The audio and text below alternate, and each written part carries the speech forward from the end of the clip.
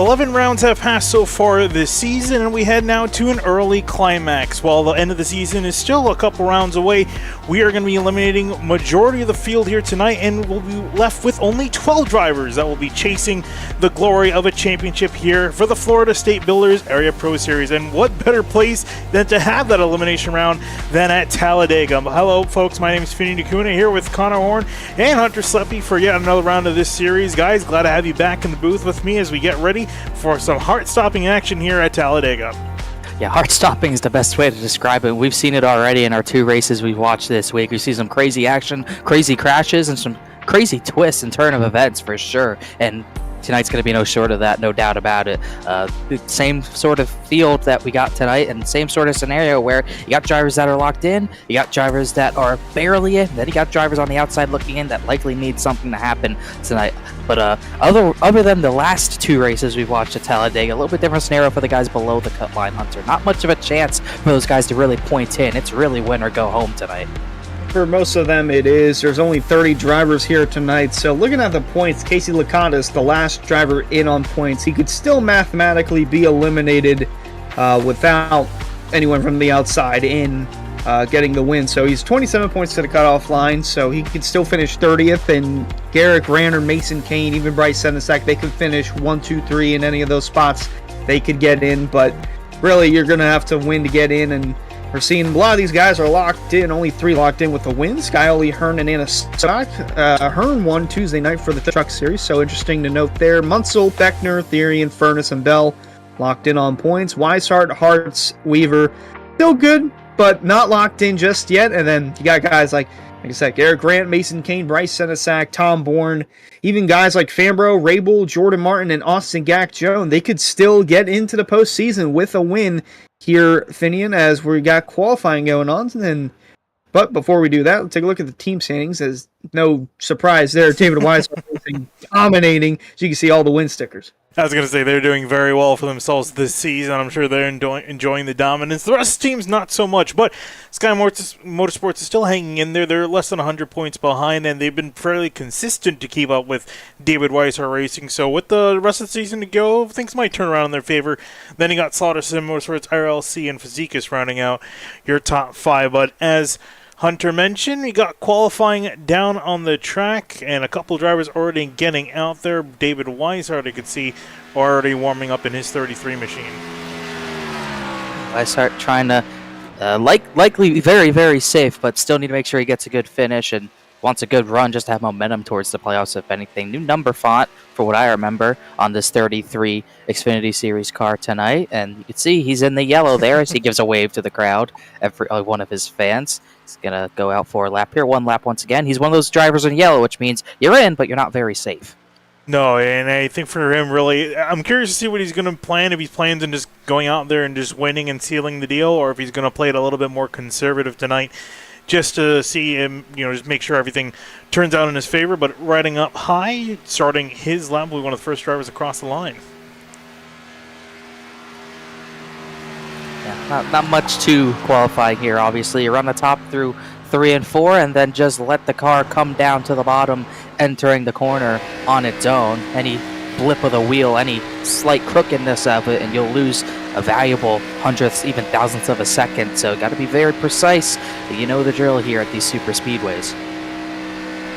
And looking through here over the last 3 races, or the first 3 races, I should say, for area in the Pro Series at this track, the only driver to win from the pole was Ryan Swan, and that was in a chaotic last lap finish back in Season 2. And if you want to lead the most laps, you can certainly do that. It's not going to guarantee you the victory. The average laps led by the winner 4 laps, and that was 8 for Swan back in Season 2. And last season, Beckner only led 3 laps and got the win. And then in Season 1, Alan Balancino only led 1 lap, and that was the most important one. So a lot of wild cards here, and including Brad Slaughter, not very happy with the time. Yeah, I was going to say it was funny, too, because he came across the line with his hands in the air. I'm disappointed, too, because where'd the jacket go? Yeah, he had the jacket and he had the sunglasses before. Yeah, he's looking really, really on point. Had some cool drip earlier. He had the North Wilkesboro fit on. There, he put on the glasses, and I was like, yes, she will be home by 9 o'clock. That's the fit he's got on right now. The two sides of Brad Slaughter, ladies and gentlemen. We saw the other side. Maybe you'll see him later if he wins. Yeah, but only second for him at the moment. Greg Mitchell enjoying a solid provisional pull at the moment in the number 2 car. Again, not a whole lot too qualifying here for these drivers. Not a huge amount of importance. It really depends if you want to be up there, run in front the whole race, or again, for a lot of the guys that really do need a solid finish out of here, might see them try to run towards the back. This is one man that really doesn't matter no matter what he does, because James Kelly's been dominating this season. Yeah, it could be. We saw Monday night, it was all that chaos for a Jake Nichols win. Tuesday night, a little bit of chaos. Cameron Hearn got his second win of that season, I believe, and we could be in for another chaotic race, but it could also be another James Scarley win. He knows how to get it done. He knows how to at least stay at the front at these bigger plate tracks, super speedway tracks. He crossed the line first at Atlanta, taken away from him, so he's no stranger to finishing first at these tracks, but it's going to be a lot tougher to do at a track so much bigger and just a lot more variability from Talladega compared to Atlanta. Well, there weren't too many people who thought that Jake Nichols was going to win the Cup race Monday night, but he found a way to win in the most controversial way, first or second most controversial way this season. As we see Casey Lakatos there, qualified 8th, Austin Gak-Jones going to be one to watch out for, but one of the drivers involved in that finish was Jacob Bell, and I don't know if anyone has picks set yet, but he's also going with himself in retrospect, Bell, as in Matthew Bell, to win the race tonight. Taking a look at Justin Munsell here riding on the track in the number 6 machine, getting out there to qualify a lap. There he is on camera. Coming through the trial, will be starting his lap. And he's one driver who has had a great season in the Pro Series. That's why he's pretty much locked in. I think he is locked in on points, but he's looking for some better luck this week.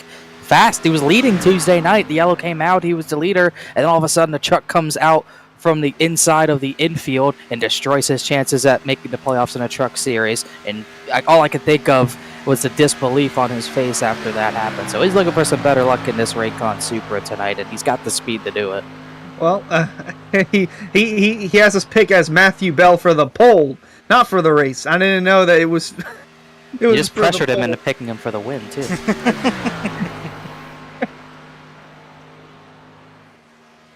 Well, this is the interesting thing, though, is right because normally for a lot of our picks at most other tracks, we'll pick guys. Usually, it starts in the top 5, top 10, maybe an outlier here or there. But pretty much Talladega, you can pick anyone throughout the entire field. And at some point, though, near the front, we definitely saw that with the Cup Series, with how chaotic the drafting is there as Munsell comes across the line. Yeah, and a solid lap. Second, just 10,000ths of a second shy of pole from Greg Mitchell. Oh, wow. Over in the Twitch chat, it's absolute insanity. Someone bet all their channel points on Matthew Bell to win the pole. Oh, no. That's not gone out yet? I thought it was for the, I guess I should have looked. That was on me. It says who will win the pole. I thought it was for the race. He might not even get a lap down. If you're going to get a lap, he has to go now. Actually, no, it's only one lap, so he has about maybe 30 seconds. Shane Abbey. Someone has a gambling problem. Shane Abbey to the pole. Yeah, through all that, sorry to cut you off, but yeah, Shane Abbey put a really good lap down. Almost got into the 53-second bracket, but he got pulled by 200ths of a second. That's a decent bit for a track like Talladega. I'll say the track record here was set by Ryan Swan, 53.946. So these guys are running pretty close lap times to where they could break it. But only time will tell, and there's the 31 of Mason Kane. Look at that paint scheme. Got the Robbie Gordon look going. Yeah. Throwback. It's been a while since I've seen this paint scheme. I love that. I think it was, AT&T? Or Singular and AT&T? Same thing, yeah. Yeah. Been a while. It's been since Darlington. That was, I guess that was 2 months ago at this point. So, it counts. This is not slow down. This is Jordan Martin going 100 miles an hour. Yeah, I was going to say, not slow-mo. It's him just kind of riding around. And we've seen this a couple times. Oh, he's actually already made an attempt, so he's just having fun, I guess? Well, this is his first lap. I think he's just making No, sure. he has made 2 attempts. I'm showing it on He's, the timing screen. He attempted Is it. he getting the Larson line going? I guess. Oh. I don't know. I mean, He's literally the only other person on the track. That's why I'm like watching him right now. No one else there. No one else is running a lap. Looks like a lot of other drivers are deciding to start from the back, including Matthew Bell. including Matthew Bell. I was gonna say, I'm sorry whoever bet on Matthew Bell, but yeah, you're gonna be very disappointed. Well, I'm Nowhere gonna close come to away pole. with, No. away with a good bit of channel points thing because I put other for the options were Scioli, Hartz, Matthew Bell, John Furness, or other. But I thought it was for the race. I lucked out in the end, but holy cow! I would that definitely is pick a way to other lose because the does season. other apply to any other driver? Oh yeah. So, Yeah. Oh, I would Shane totally Hammond, very Greg easy. That's a Mitchell. very easy pick in my eyes. I was all gonna the do that above. for the race, but I Yes. lucked out. Oh my goodness. Well, I guess that would be a perfect segue into the Area iRacing Twitch. So, race fans, be sure to subscribe to the Area iRacing Twitch channel for only $5 a month. You can watch all area broadcasts commercial free, and you can use new Area iRacing emotes in the chat. You'll also be able to earn double channel points as a subscriber that you can use to redeem for free merchandise, and you can earn more by betting in the Twitch chat. And well, if you bet other, then you won, which that was me. So I won. Shane Abbey's going to be on pole, but Greg Mitchell is going to be on the front row as well. Munsell and Sogok and Slaughter, guys. Tough field to keep an eye on for up front. Yeah, definitely be something to keep an eye on here as qualifying is complete. Got a little bit of a warm-up session. So I guess since we have the time, gentlemen, who are your picks to win this race? My pick's gonna be other. I'm picking everyone except who's in the main poll. I haven't checked it yet, but I think we're going to get a wild winner. We have seen normal winners this season, this week for the most part. Jake Nichols, obviously, and Cameron Hearn. The win itself was anything but normal, the way he got to the lead, but still not, I would say, an upset winner. But I think we do see someone who not usually a winner get the win tonight. And dare I say, I think someone's going to win their way into the playoffs. 13th on back, someone's winning this race. It has that feeling like it could happen. Looking through at guys who really need a win to get in. Garrett Grant hasn't been in victory lane in a long time, but then I look at Jordan Martin, who's 19th in points. And oddly enough, he in the Cup Series in Season 2, he went from 19th in the Cup standings, and with the win, got himself locked into the postseason. So maybe this could happen 2 times again, but I'm going to be looking out for Mason Kane in that 31 car. I feel like with the paint scheme he's got, it's destined to go to victory lane. I think that's a solid choice. I'm looking here trying to see who I think might be able to get it done. I'm going to go with Travis Beckner. I know he's already locked in technically on points, but I've seen what he's seemed to be pretty good at these super speedway races, and I think he's going to be my pick, but again, I think for all 3 of ours, it could really be anyone in the field, especially a lot of the guys on the outside looking in. Connor, I kind of feel it too, but I don't know. I feel like Travis Beckner's probably going to want to take it, but we very much can see a lot of these guys on the outside looking in just throw an absolute Hail Mary, because at this point, what do they have to lose? Absolutely nothing. Hey, you're in or you're out. You win or you're done for. So it's really going to make or break your season whether you can win here or not, and maybe mount a playoff run. That's something I'm going to be looking towards for a bunch of these drivers to be able to do that. Tom Bourne's one guy I look at very high up in the truck points. Have a good season there, but if he can get a win here tonight, maybe kickstart his playoff run for the Pro Series, that would be big as well. I'm looking at Tom Bourne, and I think what I'm going to go with my main pick, Colin Fambro. I think he can do what he has to do to win at these tracks, and I think he's going to do it tonight. And also, he's got the paint scheme to go with it. I can't bet against him. All right, well, as we got our picks in, fans, let's go through your starting grade lineup presented by Roasted Gems Coffee. Race fans, start your engine with a fresh cup of Roasted Gems Coffee. Choose from some of the finest coffee beans from Colombia and Peru, or try the blended flavors of vanilla and hazelnut. Use discount code Area iRacing for 10% off your order at checkout at roastedgems.com. Starting on pole for tonight, it's going to be Shane Abbey on the inside. He's going to be leading the field off. Greg Mitchell, he almost had pole position, but just fell short of it, lining up in second place.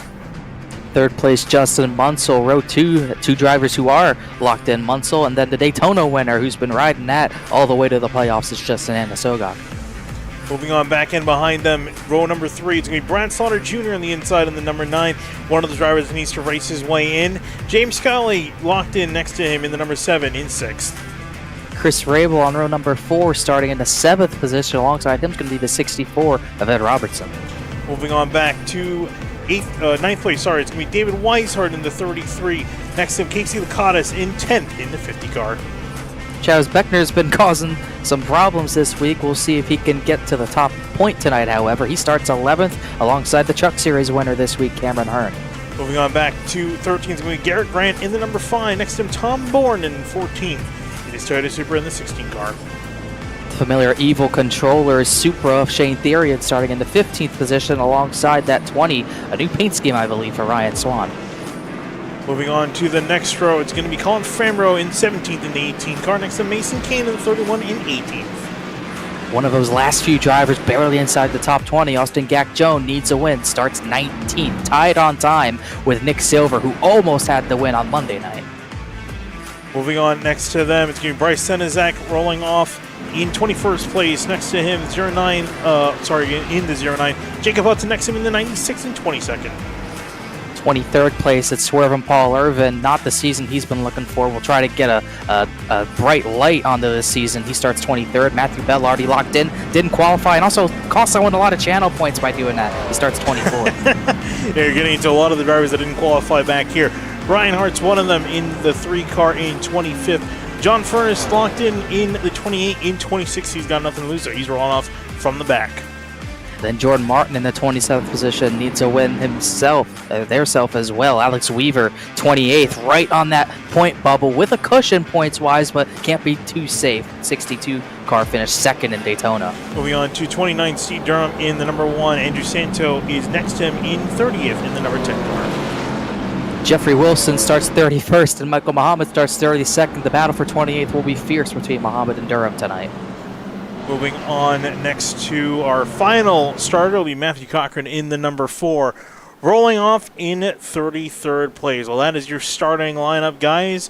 Field rolling through turn 4. We'll see how this is going to play out. Will we see this go green all the way? Will we have a few wrecks on the way? It really depends, though. There's quite a lot riding on the shoulders of some drivers entering into tonight. We'll see if it'll all come to a head. For some of them, they're going to probably do whatever it takes to get themselves into the next round and try to have a chance at the championship trophy at the end of this season. But for now, Shane Abbey will be leading them down through the tri-oval, just past it to get to the start-finish line, and we are green here at Talladega.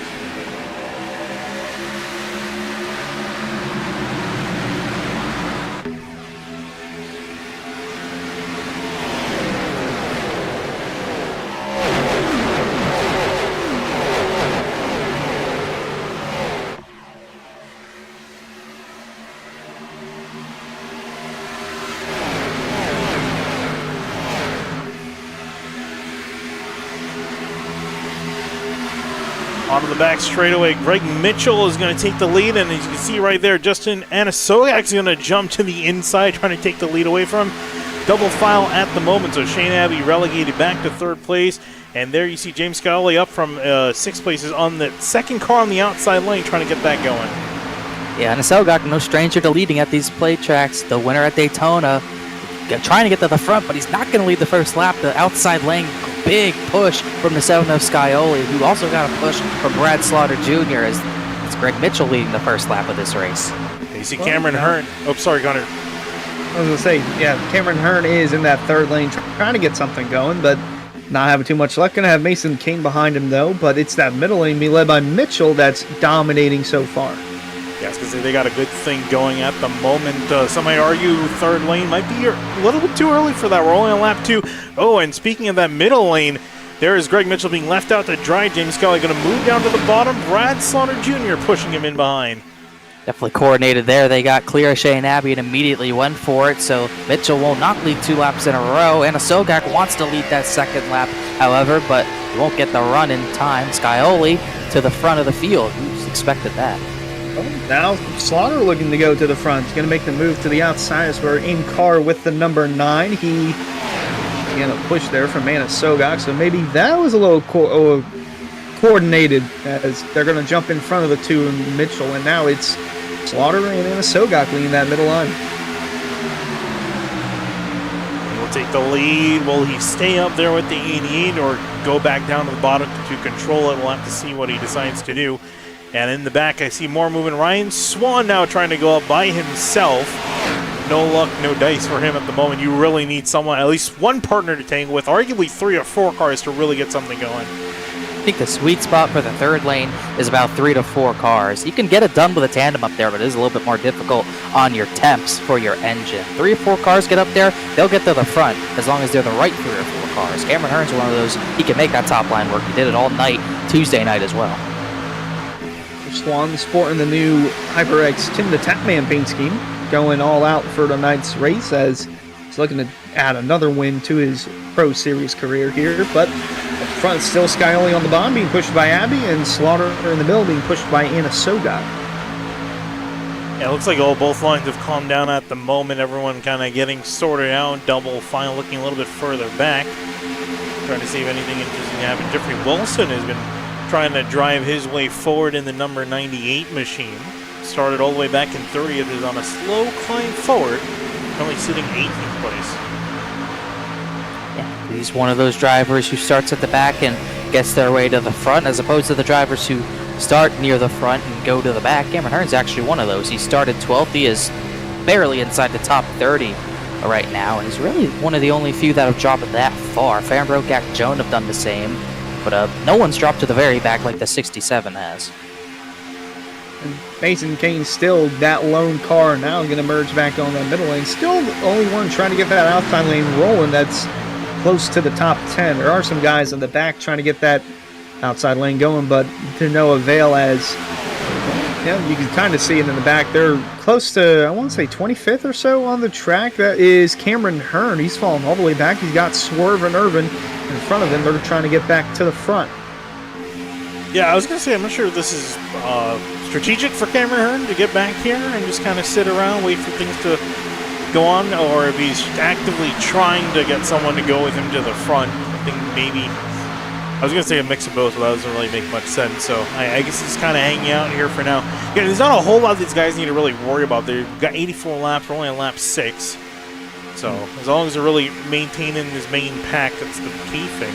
John Furness is down on pit lane. I was about to ask that. Oh, he missed the start. That's like you can see. I don't have anything up for him because he did not roll off with the grid. So he's rolling off. He will be 5 laps down. So I don't know what exactly he is going to be driving out there for, but he's going to try, I guess. Get enough yellows that are that non-costly. I hope we don't have that many yellows. Yeah, he's done this before. Don't know the reason, but hope everything's good with him, and he will get points.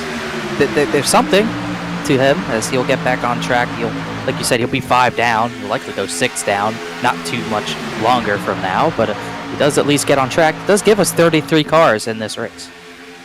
And I was going to say, last season's race, it went caution-free. We didn't have a single caution at all, so it was a interesting finish to the very end. But I'm just saying, it could happen, and back to Cameron Hearn, his strategy of riding in the back, it worked out for him Tuesday night. He only led 1 lap, and that was the checkered flag lap.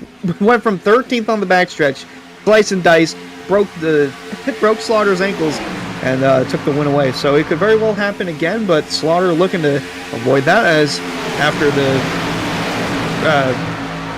controversy on Monday night, we have the caution light cam. That was very, very much needed addition after that happened somehow for the second time. And looking to the outside and going towards the back, it's Ed Robertson. Yeah, I guess he's decided he's had enough of the shindig near the front. He's decided to drop a little bit further on back, just kind of wait things out, play it a little bit more patiently. I would really argue up until we get to those final rounds of pit stops. A lot of the fighting early on, maybe not exactly worth it. I think you're definitely going to want to keep yourself there. And again, for the guys that are already locked in, guys, quite a few guys near the front, guys like James Scioli or Anna Sogak or Munsell, they're locked in. Doesn't really matter what happens with this race. You can just go up there and have a lot of fun. And I'm sure there's also quite a bunch of other guys right here that they would never want to sit in the back. They want to be up there driving as hard as possible. Yeah, you can see the guys at the front right now who are trying to drive pretty hard. The 7 and the 9 leading this field all the way down into turn number 1, as they have pretty much since lap 2. They've been in control of this field. Skyly and Abby on the bottom, and then Slaughter and Anna Sogak on the top. They're making it work right now, but still not seeing a third lane. Everyone's being patient as far as that goes, but we're seeing a few drivers trying to get up there. Swerve, Paul Irvin, and Cameron Hearn trying to get that third lane. It's always Cameron Hearn trying to get that third lane to work. He's always the first one to try it, and he usually gets some friends up there by the end of the race. He must have been really good in science because he's really good with experimenting, but slowly making progress. He was on a charge towards the front, but him and Irvin have kind of stalled right around in the 16th position, or actually I want to say 20th. It's right around where Ryan Swan is, but they're going to tuck back in line. They did make up a good bit of ground, though, so it did work to some avail. And that is Shane Abbey now on the outside. No, that is not. That's Matthew Bell.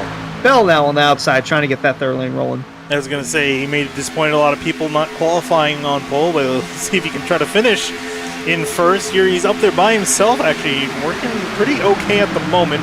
He's got someone coming up behind him in the subway machine. This is 62, that's Alex Weaver, trying to work his way up, and there was one driver that decided to come up and leave, and that was Steve Durham. He thought about it, thought once, thought twice. He's going to come back down into that middle lane. And actually Bell went down there as well, so it's just Weaver stuck on the top. Furness came back down pit lane. I can only assume at this point it's issues hardware-wise or something along those lines. So he'll probably finish 33rd. That is disconnect. So most definitely will finish 33rd, having issues as field down to 32, but still no damages to cars yet. As Slaughter and Skyly still dominating, and as they keep trying that third lane, Irvin and Hearn to go back up there again, they're just not getting enough momentum. No, not quite. They're still trying to work the groove out and try to get some more drivers from this front 17 or so to come up front, but that's not going to be the case, as Paul Irvin there sitting, going to tuck back in line right behind the 43 of Bell, and then the 67 of Hearn still following in pursuit. Right below him is the 96 of Jacob Hudson, who got caught up in a crash last week at Indianapolis with nowhere to go. Him and Gak Jones collided, and that ended up being the last yellow of the race, but it was very early on, and Hudson looking for a bounce back here at Talladega. Yeah, for Hudson, pretty much stationary from where he started. A whole lot of movement. Started 22nd and 21st, so just kind of riding out there, again, biding his time. Has been as low as 27th, has really gone up, but has only been as high as 19th. Up near the front, not a whole lot changing. Scully and Brad Sauter in control of this race.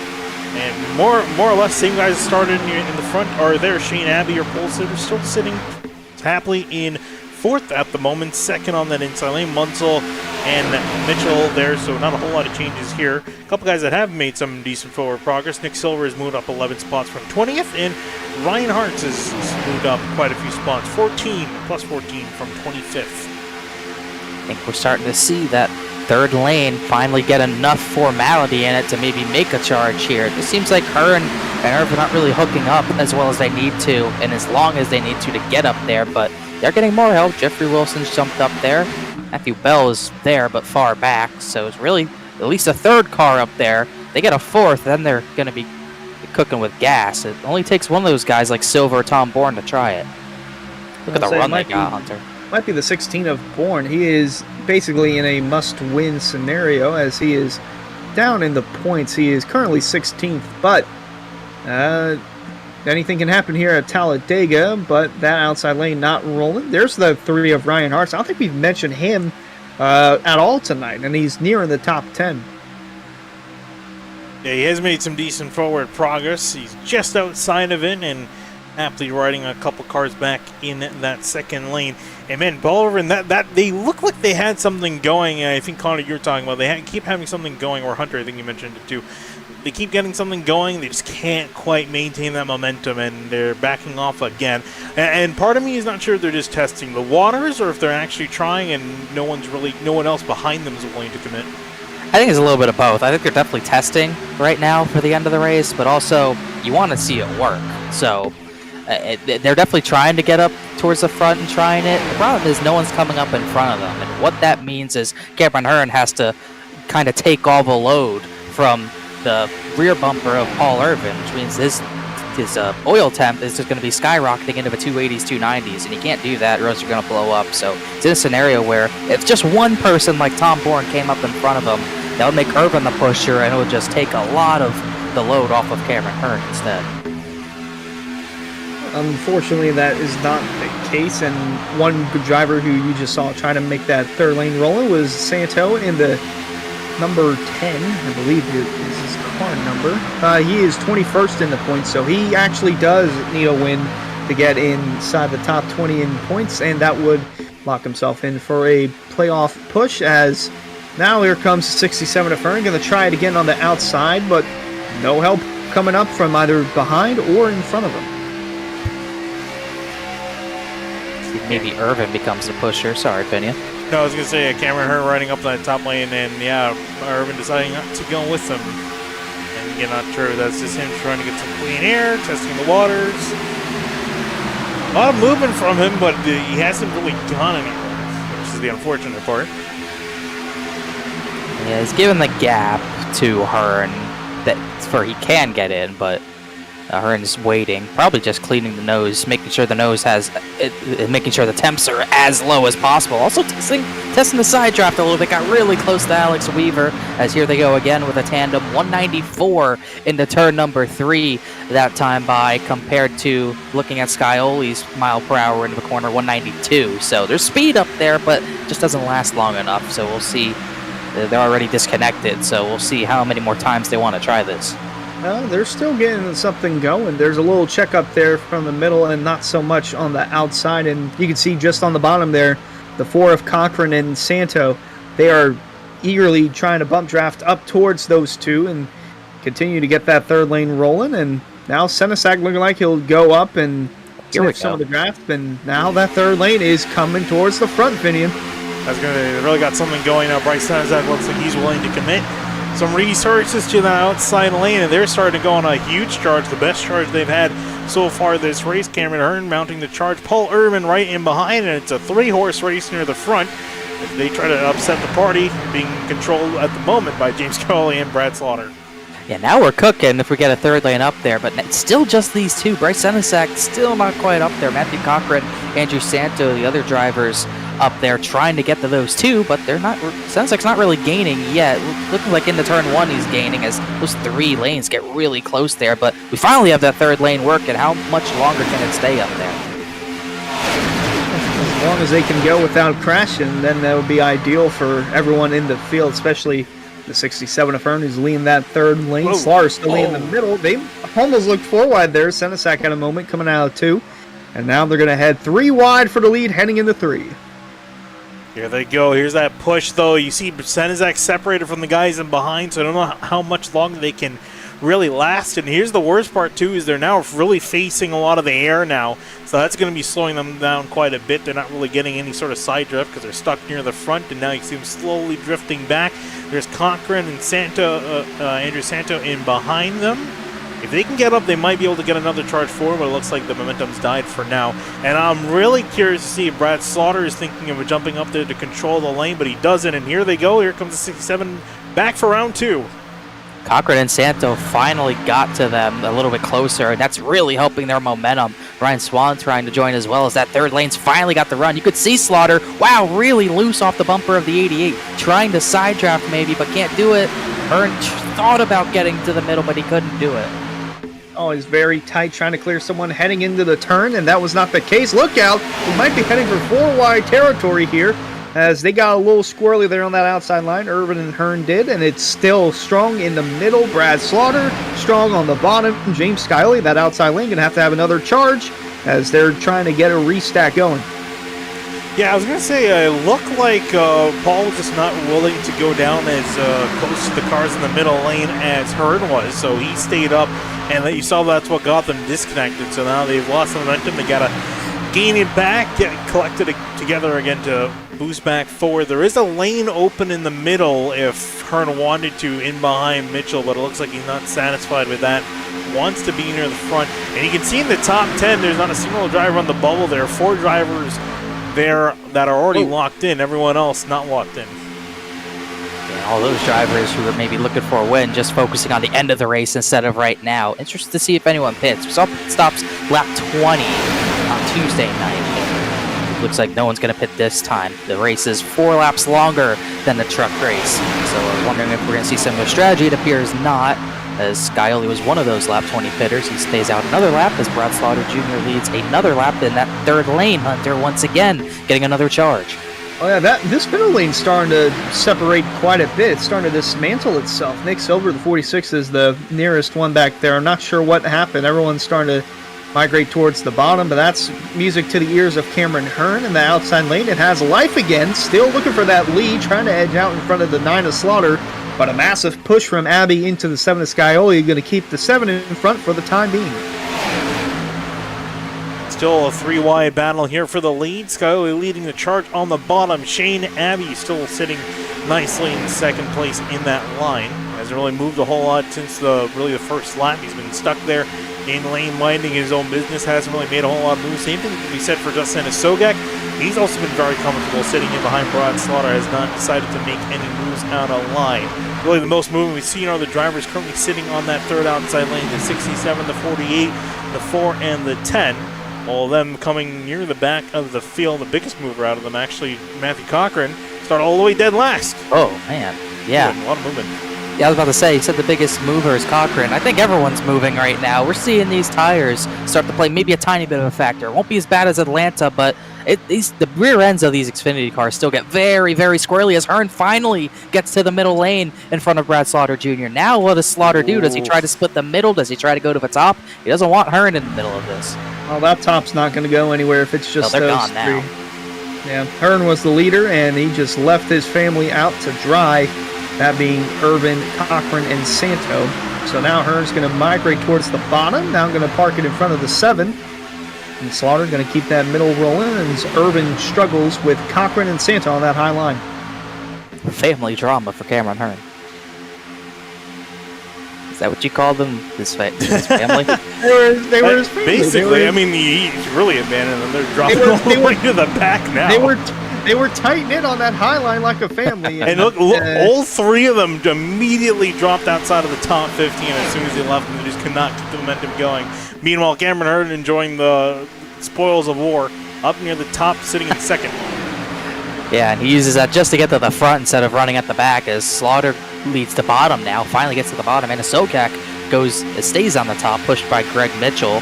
Hearn just, I think, content to just sit in these 2 lines at this point. We're not too far away from pit stops, as that shows a lot about how good of a pusher I think Paul Irvin was, because he pushed the 67 all the way there and did a really good job, but once the 48 was the pushy, and I believe it was Cochran on his bumper, they just couldn't go anywhere. And that's really important to figure out now, Hunter, figuring out who can push, who can be pushed. It really factors into who you work with at the end of these races.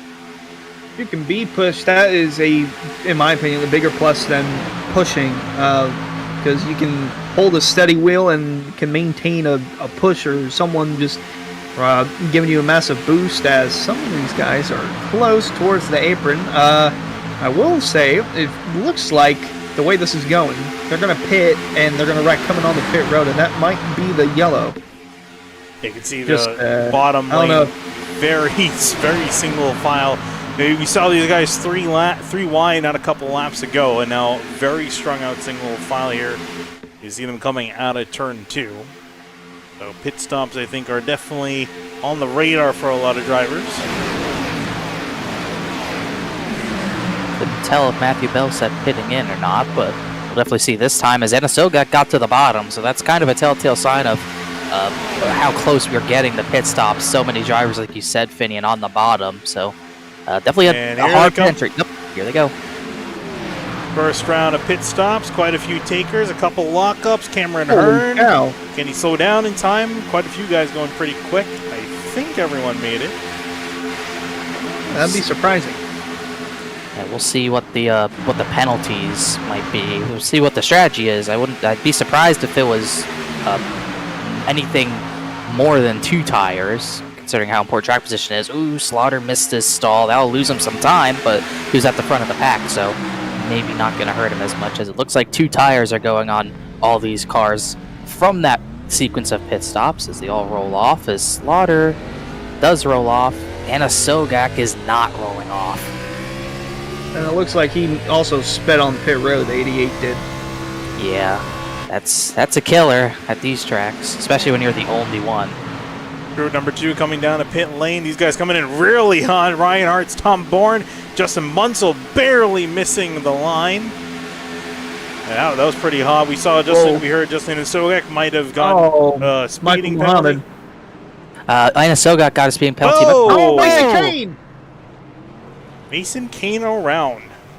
And that was contact with Travis Beckner, so didn't get through unscathed, but I wouldn't call it a wreck as he went way past his stall with nothing he could do there. As lucky that was the worst of it. So you'll see Muhammad in the background, but this was the main crash. Oh, in front of Beckner. I think he realized his stall was there too late. I don't think he even knew where it was.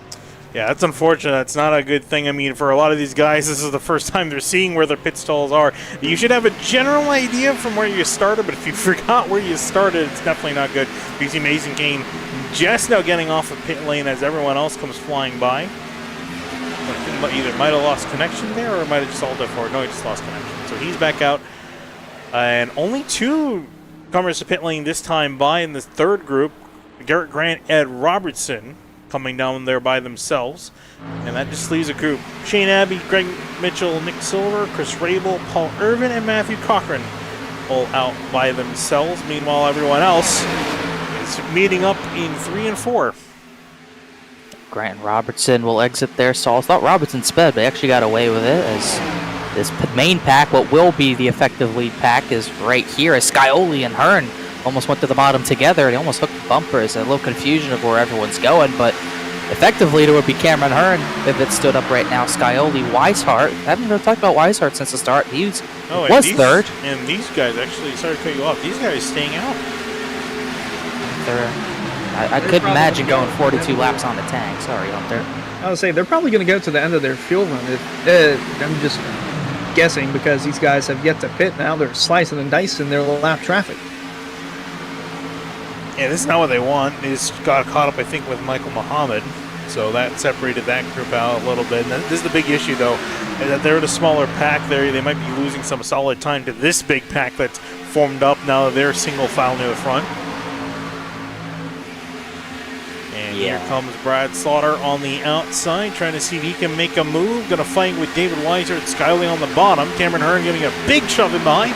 Shane Terry also deciding to join the fun. Yeah, they're looking for a good run as that top line was way faster, but all evens out once you enter the corner as that inside line finally gets some formation into it as they're going to be dead even. Theron's going to go to the top, just let Ryan Hartz through, most likely. Tom Bourne's there as well. As you can see how spread out this has put what will be the main pack. Everyone's all over the place. Andrew Santos just barely hanging on, as is Bryce Senesac, Colin Fambro, Gak Joan, and Beckner. Yeah, these guys are just now catching up, though. The second group, though, is a little bit further behind. They got 4 guys together, though, so this is not the worst case scenario, but they just need to make sure they stay tucked up together nicely. And especially there, I noticed some names in here. Colin Farrell and I believe Austin Gak-Jones are 2 guys that need to race to pretty much win the race to get in. I think Bryce Senesac might also be in that list. Senesac 15th in points. He lost 4 spots last week. He's minus 30, so it would take a miracle to point in. Yeah, so a lot of these guys pretty much going to have to win this race to get in. They definitely need to make sure they want to catch the main pack in order to do that. That final pack has still yet to pit, and they're still running here a couple seconds off the leader. I mean, they're technically the leaders, but that pack that will effectively take the lead, they're off into 3 and 4. It's a clean track ahead of these guys. It's clean track for them, clean track for the leaders, or the effective lead pack as well, as they just lapped Anna Sogak finally, as he'll just slot in. He has no one to battle with, really. As they aren't putting down a bad pace, the drivers who haven't pit, but it's still slower than what the lead pack is. This time by, you can look at the times, Brad Slaughter Jr. a 50.3. Go to Shane Abbey, who's crossing the line right now at the front of that pack, 9/10 of a second slower. So it's definitely a losing battle, but it might not matter if they're trying to hit a fuel window, but like I told you, Hunter, I don't think you're going to see them go 42 laps.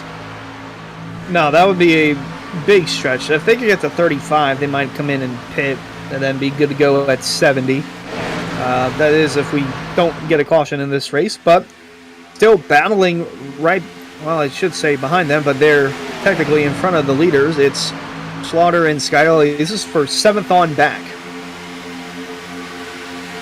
Yeah, effectively they will take the lead. Yeah, at the rate they're going, they will definitely pass the actual leaders in this race, Shane Abbey, Greg Mitchell, Nick Silver. When this all cycles out this run, again, some guys playing the short game, a lot of other guys playing the long game. Got a mix in strategy already, which is not normally something you really think of when you come to Talladega, but we're already seeing it early on here, not even halfway through this race. Yeah, I think what's helping these guys is that because there's so many more cars in this pack, they're going too wide, and it's helping them a lot more. And they're just not pushing that well in that line of 6, so they're going to be a little bit behind. They might not even stay with the lead pack when they come down the pit road. Depends on how much fuel they take and if they take tires. So they're going to have to play some more strategy with how they pit to maybe stay with this lead pack, as they're storming through the tri-oval now, as Slaughter and Scioli still at the front. They've managed to find each other again, as maybe, hopefully, we'll see that photo finish line utilized, camera utilized today. It'll be close to see if the photo finish will be used or if we'll have a chaotic finish like we had earlier at Daytona, where they all wrecked on the backstretch except for Justin and Sogok. So Justin's hoping for it to be that way. Everyone else not looking forward to that, or not looking for that. But Scioli's still on the bottom, Slaughter in the middle, and that's basically been it for the entirety of this race. It's been Scioli on the bottom, Slaughter in the middle. Then as soon as Hearn got up there, they got comfortable for a couple of laps and then decided to make pit stops. So this is how it's been for the majority of the night, as the top 6 still have yet to come down pit road. Yeah, still waiting to see what really is the maximum that they can make it on. So we're thinking, lap 35 is really when these guys are going to be starting to stretch it. Definitely not coming down this time, so they will make at least one more rotation to complete lap 35 coming next time down. But we'll see, again, keeping track and seeing what they can do, how much they can do. If they can reach that miracle of 42 laps on a run, that'll be impressive, especially because they're not shuffling the driver out in front. So Shane Abbey burning significantly more fuel than the rest of these guys. But I think really with the strategy they have going, if this doesn't work out for them, they're going to be way behind the leaders if we do go green all the way to the end. Yeah, they really have to figure out a way to get different pushers in there. Michael Muhammad's had internet issues, so that might be tough for him to be the pusher, but clearly Greg Mitchell's struggling with doing it and struggling with temps. You can see how you were seeing how far off he was of the 84, so something's got to give there. Something's got to change, because it's not going to work out. Who's getting that third line going? Is that Hearn again? It is Hearn. He's not the one in front, though. He's got Travis Beckner in front of him. And they come back in behind at the moment. Not sure this is just to get a little bit more toe. Indeed it is, and he's going to peel out to the side. I saw someone have a look there ahead of them. Ryan Swan. Yeah, Swan in the number 20 machine thought about looking up, but he's going to stay down there. And just 2 cars around the outside to make that third lane start going. They're going to try to upset the order here in this main pack. But if you're going to want 2 drivers to tandem to the front, Cameron Hearn and Travis Beckner are probably the best 2 that you want up there, because they're aggressive and they're fast and they know how to bump draft. So they are 2 dangerous drivers when they're together, when they get together, and they're all the way to the front just like that. As still that lead pack get the pit. They've gone 36 laps. I'm surprised about that. Now they're 3 wide back here, and there's another car trying to go to the outside. I believe that's Anna Sogok in the 88. Or Matco Tools machine trying to get up there. They are 3 wide into 3 thingy, and it's only going to get more intense from here on out. It definitely is going to get only more intense, really. I think these guys have one more. Everyone has to make one more pit stop to make it to the end of the race. I think that's really where we're going to see the kick up a notch. I think for now, going to see these guys try to get themselves near the front of this little group, but not ruffled. I can't imagine they want to ruffle too many feathers. And there you see Travis Beckner is going to stay in the middle lane. Cameron Hearn now getting pushed by Justin Anasogak. So changes in alliances, at least on the track, though, as Anasogak is going to ditch being in behind Brad Slaughter, going to give Cameron Hearn a push to the front. And Lasagak's in a spot where he's likely going to be the lucky dog car if we get to the cycle of the top 6 pitting. So He's positioning himself in that scenario in case anyone else gets lapped. Try to put himself in a better spot to keep that lucky dog position, as most of the other guys that lap down are in that line of 6 lead lap cars. So 88's clearly got speed. We saw it at Daytona. We've already seen how good of a pusher he is, and we're seeing it right now, but he just needs to get a break. He needs to catch a break, but we haven't had a caution at this track for the Pro Series since Season 2. It's been that long, and they're nearing halfway going through this race without having an incident, as there's your leaders. Shane Abbey's still leading the way. Oh, I thought I saw Paul Irvin in behind dip down, but they complete lap 38.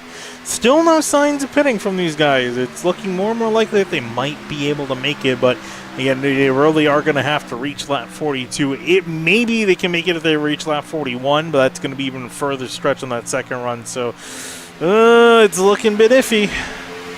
Yeah, what's iffy is the time they're losing. Since last I checked, maybe 5 laps ago, they've lost 7 seconds. So they're not fast while doing it. So even if they do one less stop, they're going to have an issue of just not being fast enough for it to happen. That's even if they make it to lap 42. They still got 3 extra laps to go. Here comes the main group on Mason King. He's already a lap down. They're just inheriting him. Effectively, he's going a lap down. He's 2 laps down. Well, they're not the lead. Wait, no, yeah. Yeah, I was gonna say that's the funny thing is that this is my brain hurts. Yeah, these will effectively be the leaders, but he's already a lap down because the actual leaders are 30+ seconds up the road. Yeah, so he'll be fighting with Anna Sogok for that, and as they'll Munsell flirting with the apron there, got a little bit loose. Seen so much of that already tonight, and they're on fresh right side, so it's even more surprising. And one thing we haven't really seen a whole lot of tonight, except really one time, was Simrat Market, your Simrat Market replay sponsor. Race fans, be sure to visit simratmarket.com for custom iRacing paint scheme templates that are simple to use and help you stay more focused on the racetrack. That's simratmarket.com. And these guys are definitely focused here, especially on the outside lane, because they got 4 guys hooked up there. Alex Weaver and Ryan Swan joining the party up there. Although Swan actually looks like he's going to leave those guys and come back down to the comfort of the middle lane. And it looks like Cameron Hearn has inherited the lead of this little group. Will he ditch his family a second time? New family. He got adopted and he's going to leave him again, potentially. I'm sensing a pattern. I was trying to focus, instead of Cameron Hearn's family, I was trying to focus on the top 6. Shane Abbey pit. He didn't bring anyone else. He pit on his own. Oh, that makes sense, though, because he was the only one. He was the only one out there by himself. And I'm surprised that he didn't just decide to just dip on back to behind these guys, because he's obviously the person in front is going to be the one losing out big time. But here these guys come to complete lap 41. Can they make it another circuit? Oh, my God, they can. Well, that throws a wrench into things. I didn't expect that to be possible at all, but if they pit this time by lap 42 coming to 43, they're going to be maybe 28, 27 seconds in front of the pack that still has to pit again. So maybe it's possible if it goes green. We'll just have to wait and see, because clearly there's something to it. It's not just trying to get better fuel to the end. There is a possibility they could do one stop, Hunter. Yeah, they're banking on this to go caution-free. Hudson, they're getting close with Muhammad, sorry. Him was back a couple seasons ago. We haven't seen him in a while. He ran the 78, but they're still running in front of the leader, Nick Silver, and see if they make pit stops. Here they come on down, all in unison. Nick Silver, Chris Rabel, Greg Mitchell, Paul Irvin, Matthew Cochran. Oh, Irvin hit the inside wall, I think. Did he? He got close to it if he did. I haven't had a whole lot of chances to use it, so might as well use it now. Here's your look at your Simrat Market replay of that. If he didn't hit it, it was close. Let's see here. I think maybe try to go out left. Was catching up to Nick Silver, getting on the brakes. Oh, a little bit of tap. Just a left tap. It might not kill him, but Cameron Hearn got the lead. He just went to the 3rd lane, so a little interesting there as he's going to pick Anna Sogok back up instead of just riding the bottom, as now, finally, this pack becomes most definitely the lead pack, and Brad Slaughter Jr. Officially goes back to the race lead. The only problem, I'll point this out just to get out of the way, the problem with those guys who put on lap 42, they saved a lot of that fuel while they were in the big pack. It's just going to be those 5 or 6, so it's going to be a lot harder to save that fuel this time. Some of these guys, they might be separated a bit too coming out of pit road. Let's take a look at them coming out of pit lane here. This is Jacob Hudson, who is leading. There they are. Oh, yeah, this is not good at all. I'm surprised they didn't try to coordinate this a little bit better. You know, at least have, like, one of the Rabel drop a little bit further back. But, yeah, they're definitely going to want to get hooked up as soon as possible here. Shane Abbey came in 2 laps earlier than these guys, so he is going to definitely lose out. Matthew Cochran might lose out here. Paul Urban, Silver, and Rabel look like they're going to bunch up together. And did we lose one of them? Greg Mitchell got a penalty. There he is. Man, this is really unfortunate. You can see there from the highs to the lowest to lows. Was led this race at one point, Greg Mitchell in the 2. Is now down to 32nd. And that pretty much is going to kill that strategy, I think. I don't think you're going to be able to save any or nearly enough fuel. You're not going to be fast enough without a pack, so good luck with that as their focus once again goes back to the main pack as those 4 trying to fight to get formed up. We'll see if they can do something, but they got a lot of time to work with here as Slaughter and Scioli continue to dominate this race, and Anna Sogak is now the one leading that 3rd line after Cameron Hearn just dropped from the front to the back. He is in the middle of that 3-wide pickle back there as Slaughter continues to lead. It's the Slaughter and Scioli show as they continue to run up front. Ooh. Middle and bottom, and here comes Hearn. Going to give a little shove back to the 88 of Anna Sogak before going back to the middle. Yeah, Hearn is interesting. He keeps going from the back to the front, to the back to the front. I guess he's having a lot of fun tonight. Oh, and Ryan Hart is he making some moves up there. Old ditch. Brad Slaughter on the top lane goes in front of Scioli to upset the balance of power. That's pretty much been maintained up for except for Cameron Hearn meddling and things here and there. But new leader Ryan Hart's to the front. Well, not an official lead change. Technically, it won't count because Scioli not having any of that. Immediately jumps in front of Slaughter, and he'll lead that lap. It was for just a few turns, but yeah, it'll be Scioli that'll keep the 3 from leading a lap, and Scioli coming down in front to keep him at bay. Couldn't tell what Hart said. I thought it sounded like y'all are no fun or something like that. I don't know for sure, but I think he's kind of annoyed. I'd be annoyed too. I just got the lead, he just dumped me. But he's gonna have to be behind the 7 and be the pusher once again. As now Beckner pushes Slaughter in the top lane, 3rd lane. Cameron Hearn doing it once again, pushing just Anna Sogak up there is dead even for the lead. Where did they go? Or did we just cut cameras? I think we cut cameras, but it looked like the 7 blinked and disappeared for a moment as we were moving to Brad Slaughter. Oh, okay. So it's just the cut of the camera. That's how good Finian cameras are, don't worry.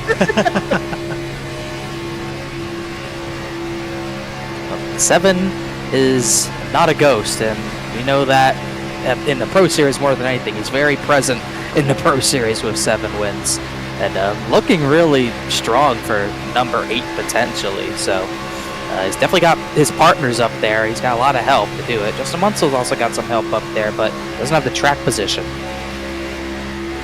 Got the momentum, though, and the consistency to do so. He's been so close in the Pro Series to getting that first win over the last handful of weeks, but it just has not come to fruition yet. It could happen here at Talladega, or it could happen for the 98 of Jeffrey Wilson as we go on the in-car with him, running the 10th spot right now. Good position. Got a good look at the 67 of Cameron Hearn going front to back, and now he's kind of worked his way in the middle of this pack.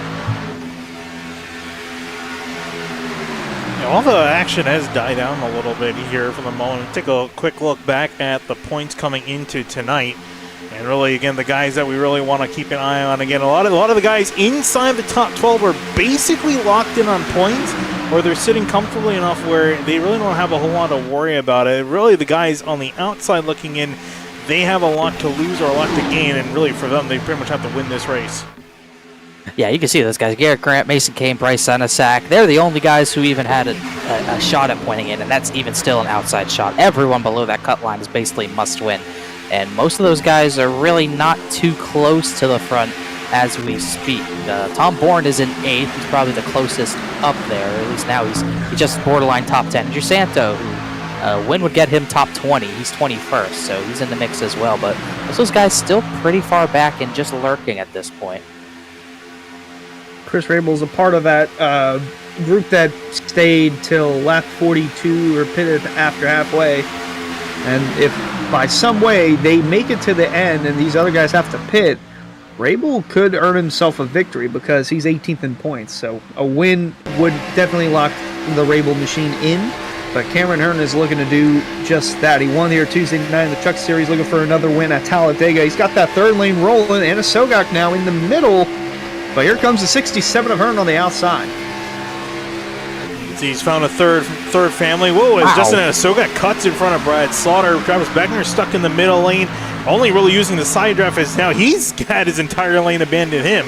As Alex Weaver and company dive to the inside lane. So everyone getting strung out again. And I think that's because pit stops are potentially on the horizon. You see everyone tucked up on the bottom lane.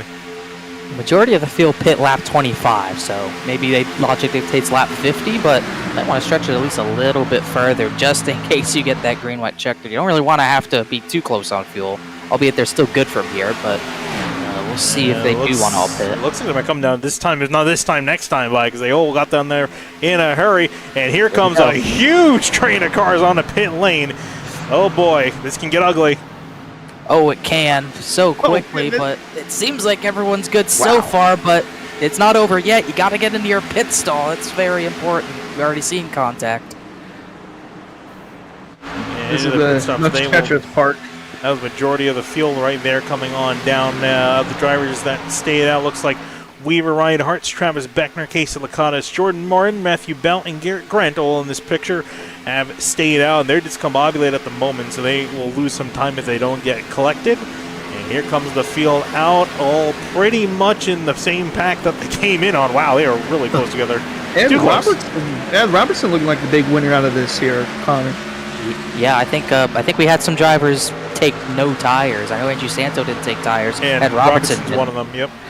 But still, majority took 2, so that's going to play a factor as well. Drivers on very worn tires. The big loser was Kyle Farnborough. He barely overshot his stall. I think he's going to be able to hang as the rest of the leaders come down. Looked like they came down cleanly. Seems like Farnborough's going to be able to keep the draft, but it's going to be close. Oh, Mason Kane slipped through his box. Yeah. Everyone else looking like they made it on through. So where is this group? There they are. Oh, looks like they found Greg Mitchell. Unfortunately, you can't really do much for them. Actually, this actually works out great for these guys because Mitchell's kind of in a hole either way. So they're just going to have him sit in front and, get the worst fuel mileage, and they're going to try to benefit off the rest of the time that they're going. So this could be interesting to see how long these guys can stay up there. Yeah, definitely going to be interesting to see how far they want to push this. If I'm them, you got to kind of go to the end, right? Oh, they basically have to. Yeah, you kind of made your bet at this point. It either works or it doesn't. Yeah, you'd have to lion in at this point. And oh my goodness, they are coming out in front of the leaders. Here they come. It is Anna Sogak leading the charge, but oh boy. Well, hello, Wall. Oh yeah, that's a nice wall. Oh, there they go. Wade Robertson's around. Oh, he's trying to save it. Look out, everyone else. Wow, that should have been a lot bigger. My goodness. Oh, boy. Haven't had a whole lot of drama tonight so far. Let's see what happened. We'll probably get the best angle here from the blimp up above. This is when these drivers are catching the leaders. It looks like stack up. Yeah, Skyley got loose. Munsell followed, and Robertson going for a wild ride in the grass. Fantastic job trying to save that thing. That was incredible. Let's see what the stack up's from. I can't tell. It looks like Skyley got loose, or almost turned by Munsell right there, and then Munsell went into him trying to avoid. Robertson, look at the handiwork on him. Whoa. Wow. Yeah, that saved his race. Fortunately, he's going to be out of a draft, but his race could have been over completely. So he at least has a chance if something happens. And for all the guys in the front, this also saved this little group's chances of winning this race as well. Yes. Yeah, it did for sure. That was really weird to stack up in the middle, the middle lane. That's not something you usually see in the middle lane because everyone went there. But the pack's still working. Chris Rabel, the leader of the race. Greg Mitchell pretty much out of contention as Brad Slaughter Jr. Maintains the lead of the main pack as Scioli's now the pusher and Anna Sogak leading the bottom. That's been a change of pace. Change of pace indeed, as Rabel continues to lead. He's got the 2 of Mitchell in front of him, but it's Silver, then Swerve and Irvin, Matthew Cochran that are inside this top 4. Jacob Hudson is 5th, Abby 6th, Durham, Mohammed, and then you got to go back to Slaughter, who's amongst those that pitted and is leading the way. The lap car, Van Sogak there next to him. I keep forgetting he's a lap down, but yes, he is not involved in this race for the win at this moment. He's driving like he is. That's why it's so confusing, but he is still all the way back in 30th on the relatively bright side of things. He is the lucky dog holder at the moment. He's fighting with Mason Kane, who's at the tail end of this pack, I believe. Yeah, just barely. Tail end is generous because he's almost losing it. These guys are hanging on back there. Lakatos and Fambro, 2 drivers who really can't afford bad finishes. And here's just up the road from that pack, Michael Muhammad, Steve Durham. They're ahead of that main group, but they're definitely going to have to come down to pit lane. They've done 29 and 30 laps respectively since their last pit stop, and there's that lead group ahead of them who should be good to the end. So things are starting to shape up here as we got a big charge on the outside lane from Jordan Martin in the 17. Haven't seen a whole lot of him. Oh, he's going to throw a big block on Brad Slaughter, trying to make him work hard around the outside. Matthew Bell trying to charge on the outside, fighting along with the 3 of Ryan Hart. Yeah, I'd not be surprised if Skyoli gets clear. He'll likely get in front of Jordan Martin. But like you said, I've not seen a charge from the 17 quite yet. Going to the front when it matters the most. 19th in points, needs the win, putting themselves in position as Skyoli won't get clear. Slaughter's not even clear. Bell's and Hart's losing some momentum as getting some new players to the front when it matters. Definitely getting close to where it matters as that outside lane still hanging on with Bell and Hart's pushing through. Those are teammates, by the way, as they nearly made contact to 7 and 88. Skyoli and Sogak, but again, Jordan Martin back in Season 2 in the Cup Series, entered 19th in points, needed a win to get in, got it done here at Talladega. Very similar story tonight, enters 19th in the points for the Pro Series, needs a win to get in.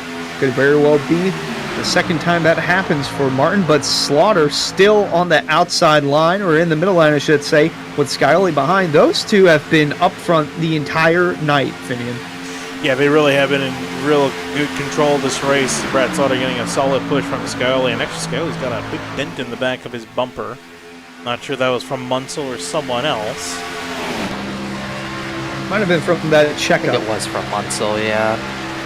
Munsell got some pretty decent front-end damage from that. Don't have that great of a view of it. But he has some left rear damage as well from kind of slapping at Robertson. But doesn't really matter at that point. Wow, that was tight.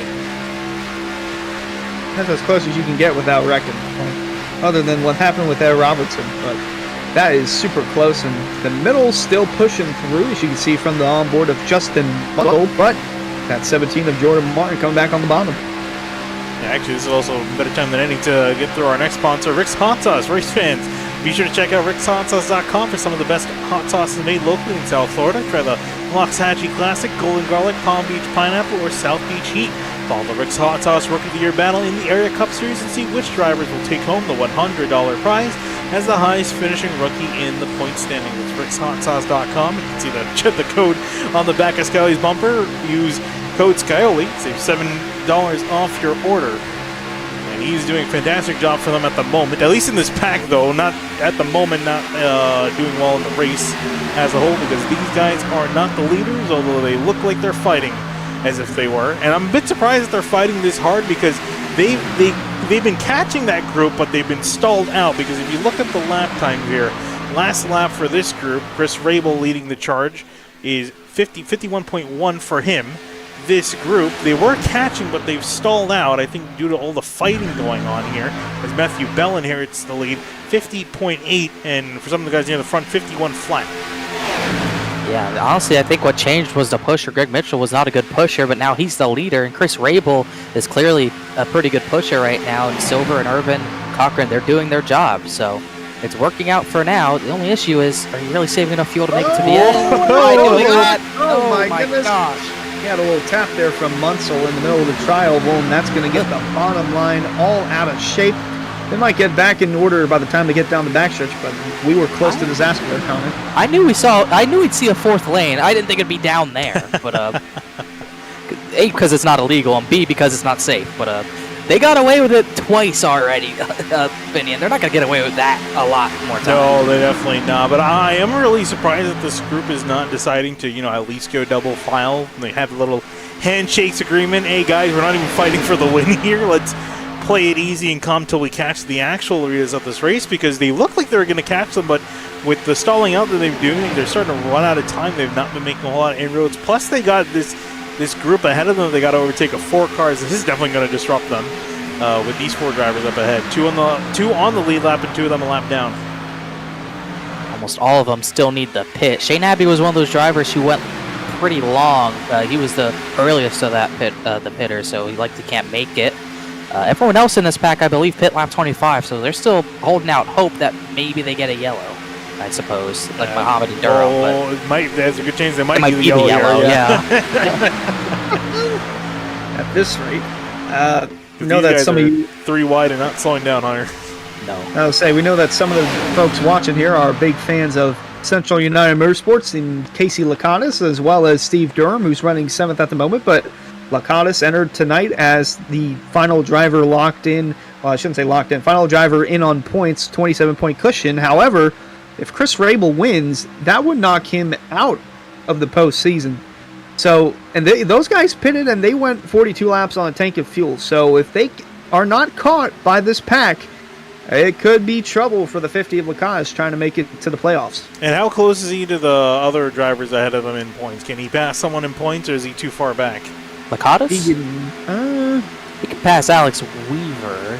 Not looking likely. They're right on top of one another, and Weaver's ahead.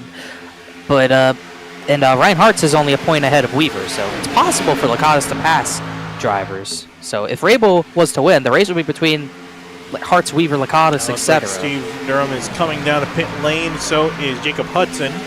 So now the only 2 cars that the leaders have to deal with, just Shane Abbey and Michael Muhammad. Makes things a lot easier for them. Oh boy. No, it does not. Fine, I might have spoke too soon there. Yeah, maybe I did. They're really weaving all over the place. Scioli got down immediately. Jordan Martin is wanting to go by the 7, and he will. Right. So Scioli picked up by the 84, and this is pretty much where he was running beforehand, and before he had some issues getting down to pit lane, and now is a lap down.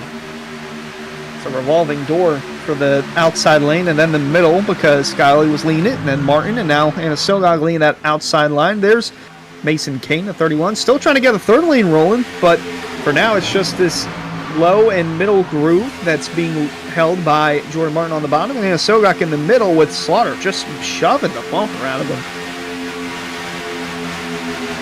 Really, Mason Kane's just trying to find a way to get there in the Sogog, because that's his battle, to get the lucky dog and try to be safe and try to find a way to get back in this race. That's his only avenue. Whoa! Oh, no, don't do that! Oh, boy. My goodness.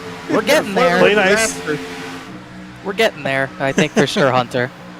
They are definitely flirting with disaster the more aggressive blocks they make, but they are running out of laps. We're on 20 to go. We're coming to 20 to go, and guys aren't going to have too much time to battle it out for the win. But then again, they still have to catch the front, front so 7 or so. There's the leaders coming by. Actually, they found more people to hook up with, so they can get hooked up. They might be able to work. So those are the leaders passing by. Here is the main pack chasing them down. Oh, Rat Cameron Hearn sideways in the tri-oval, and the caution will fly. Michael Muhammad. Oh, Garrett boy. Grant is in it. Just as we were looking at the caution light, it came out. We knew it would come into play. David Weishart's totaled. He wasn't locked in, I don't believe. Garrett Grant's destroyed. Colin Fambro, he needed a win. He's totaled. Shane Therian has damage. So we'll get a replay of this. What happened here? Oh, Michael Muhammad came up. Oh my goodness. Munsell hit Cameron Hearn. Ryan Hart's involved. Alex Weaver, I think, involved as well. Oh, and Matthew Bell. That is not going to go over well. No. Being a lap car. Well, not really a lap car. They're still racing for position, but it's just unfortunate. Off sequence. Well, they had the pit still. Yeah, they're off sequence. Yeah. Here's a look from Matthew Bell's point of view. Oh. Just so close to getting through it. Look at all the chaos he gets through. And then just hit by Cameron Hearn at the end there. I'll ride on board, speaking of which, with Cameron Hearn here and see his point of view. I see him float in the air. Yeah, he took a big hit to the right rear. He almost threw it. Almost avoided it, and then, yeah. Might have gotten a hit from Shane Terrian as well there.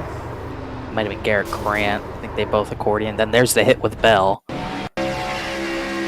As a lot of drivers not happy with Michael Muhammad in chat. I'm not too surprised. We'll get a good view of it here. Yeah, this is, yeah, not surprised about their anger. Not many drivers got away unscathed. I'm sure all the drivers that were trying to hope that this race would finish under green are going to be really irritated because that blew up. That made their strategy kind of blow up in their face. Actually, it's not the worst case scenario because they are still out there. They didn't have to pit, although it looks like Paul Urban and Matthew Cochran will decide to come on down. A few more, actually. Chris Rabel, Nick Silver did not. I don't think Scioli pitted either. Yeah, quite a few guys coming on down, including Justin Anasogak. That's kind of surprising. Paul Urban missed his stall, but this is going to take a lot of drivers who needed the win out of contention. Garrett Grant's totaled. He could have pointed in. He won't make it now. Mason Kane did not get the lucky dog out of this, I believe. He still needs help. Bryce just saw someone take it. I'm not sure who it was. Him and Anasogak are both still lap down. Oh yeah, neither of them got it, did they? Oh no, I was gonna say no. And I think they so they came down to pit lane to pit because I think because Rabel stayed out, so they wouldn't have gotten a wave around anyway. That's right. Jacob Hudson got it. That's crushing for Anasogak. He was in that position the entire run. It felt like. Yeah. And I think it was because they were part. Hudson was probably part of the group that the leaders inherited. Yes. Yeah. Where when the caution happens, yeah, that is really unfortunate timing for him. Chris Rabel being first, Nick Silver in second, so they will stay out. No reason for them to pit. Scioli, Martin, Brad Slaughter, and Senizak will also stay out. Everyone else has come down to pit lane. And Shane Terrian, his car is still a little beat up. Actually, looks like he missed pit lane. Didn't have a time registered in the box. I think he'll come back down. Yeah, he missed his stall, I believe. So yeah, he does have to come back down as a. Yeah, I'm not concerned about Scioli, Martin, Slaughter. Track position is going to matter a lot at the end of this race. Big moment for Shane Abbey. He actually gets back in this race because he was off. He was off sequence a little bit because he lost the leaders. But he's back in this on the same strategy. Justin Munsell in 10th, Jeffrey Wilson in 11th. Beckner, Swan, Bourne, Austin Gagjon, Casey Lakatos in 16th. And a couple more drivers near the back. A lot of guys with damage. There's Jacob Hudson catching the lead. Paul Urban in 17th. Weaver catching back up. I think he had to get some damage repair. He was in his box for a minute. Ed Robertson also looks like he's going to get a wave around or was getting back towards the leaders? Never. Just getting back up there. He never went a lap down. Okay. As the Durham pits, Mitchell pits. I'm interested in. I was trying to say I was interested in Rabel and Silver here because I can't imagine they're that great on fuel. So this yellow will help, but I honestly think they're going to need more help if they're going to make it on Fuel Hunter and also stay in the lead. Well, that caution that just came out guarantees that we're going to have another caution because we're not going to go 16 laps without a yellow. It's just inevitable whenever you get them all bunched back up, especially like Chris Rabel, Nick Silver, those guys. They've been on their own strategy for a good portion of this race, and they really haven't had any major packs to deal with, so they're going to have to deal with the 7 of Scioli and the 9 of Slaughter, the 17 of Jordan Martin. All those guys that were front runners in the main pack, are going to have to deal with them now on this restart. Kind of enjoying the fact that the leaders have been kind of shaken up a little bit. You still see quite a few of the front runners still there. They're not completely shaken up.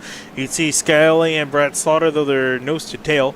Jordan Martin has been making a lot of noise since he got up near the front, throwing some big blocks on the 7. So he might definitely be one to watch. Bryce Senizek up there, Matthew Cochran, Shane Abbey.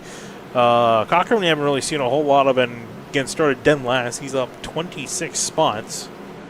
So a solid climb forward for him. So this restart should be interesting, and I agree, Hunter. I don't think this will be the last of the pace car we'll be seeing here tonight.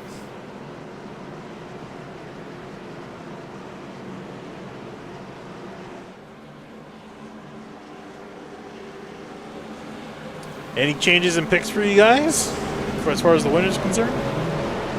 I'm committed to my pick in Mason Kane. Mason King currently a lap down. I'm Sure still about committed. that? There can still be a caution. Or two. All right. Hunter? I mean, not Hunter. Connor, you good? Yes, heads up to take care of, but I am ready for this restart. It is going to be interesting because now we got sort of like 3 separate strategies. You got the guys who are close on fuel with no tires. You got the guys who are good on fuel, also with no tires, with Scioli, Martin, Slaughter, and then everyone's probably got fresh tires, so a lot's going to go on. The intensity's going to skyrocket here. He definitely is going to skyrocket here. Chris Rabel leading him down through the tri-oval further pass. And now can finally get back on the gas, and we are back green here at Talladega.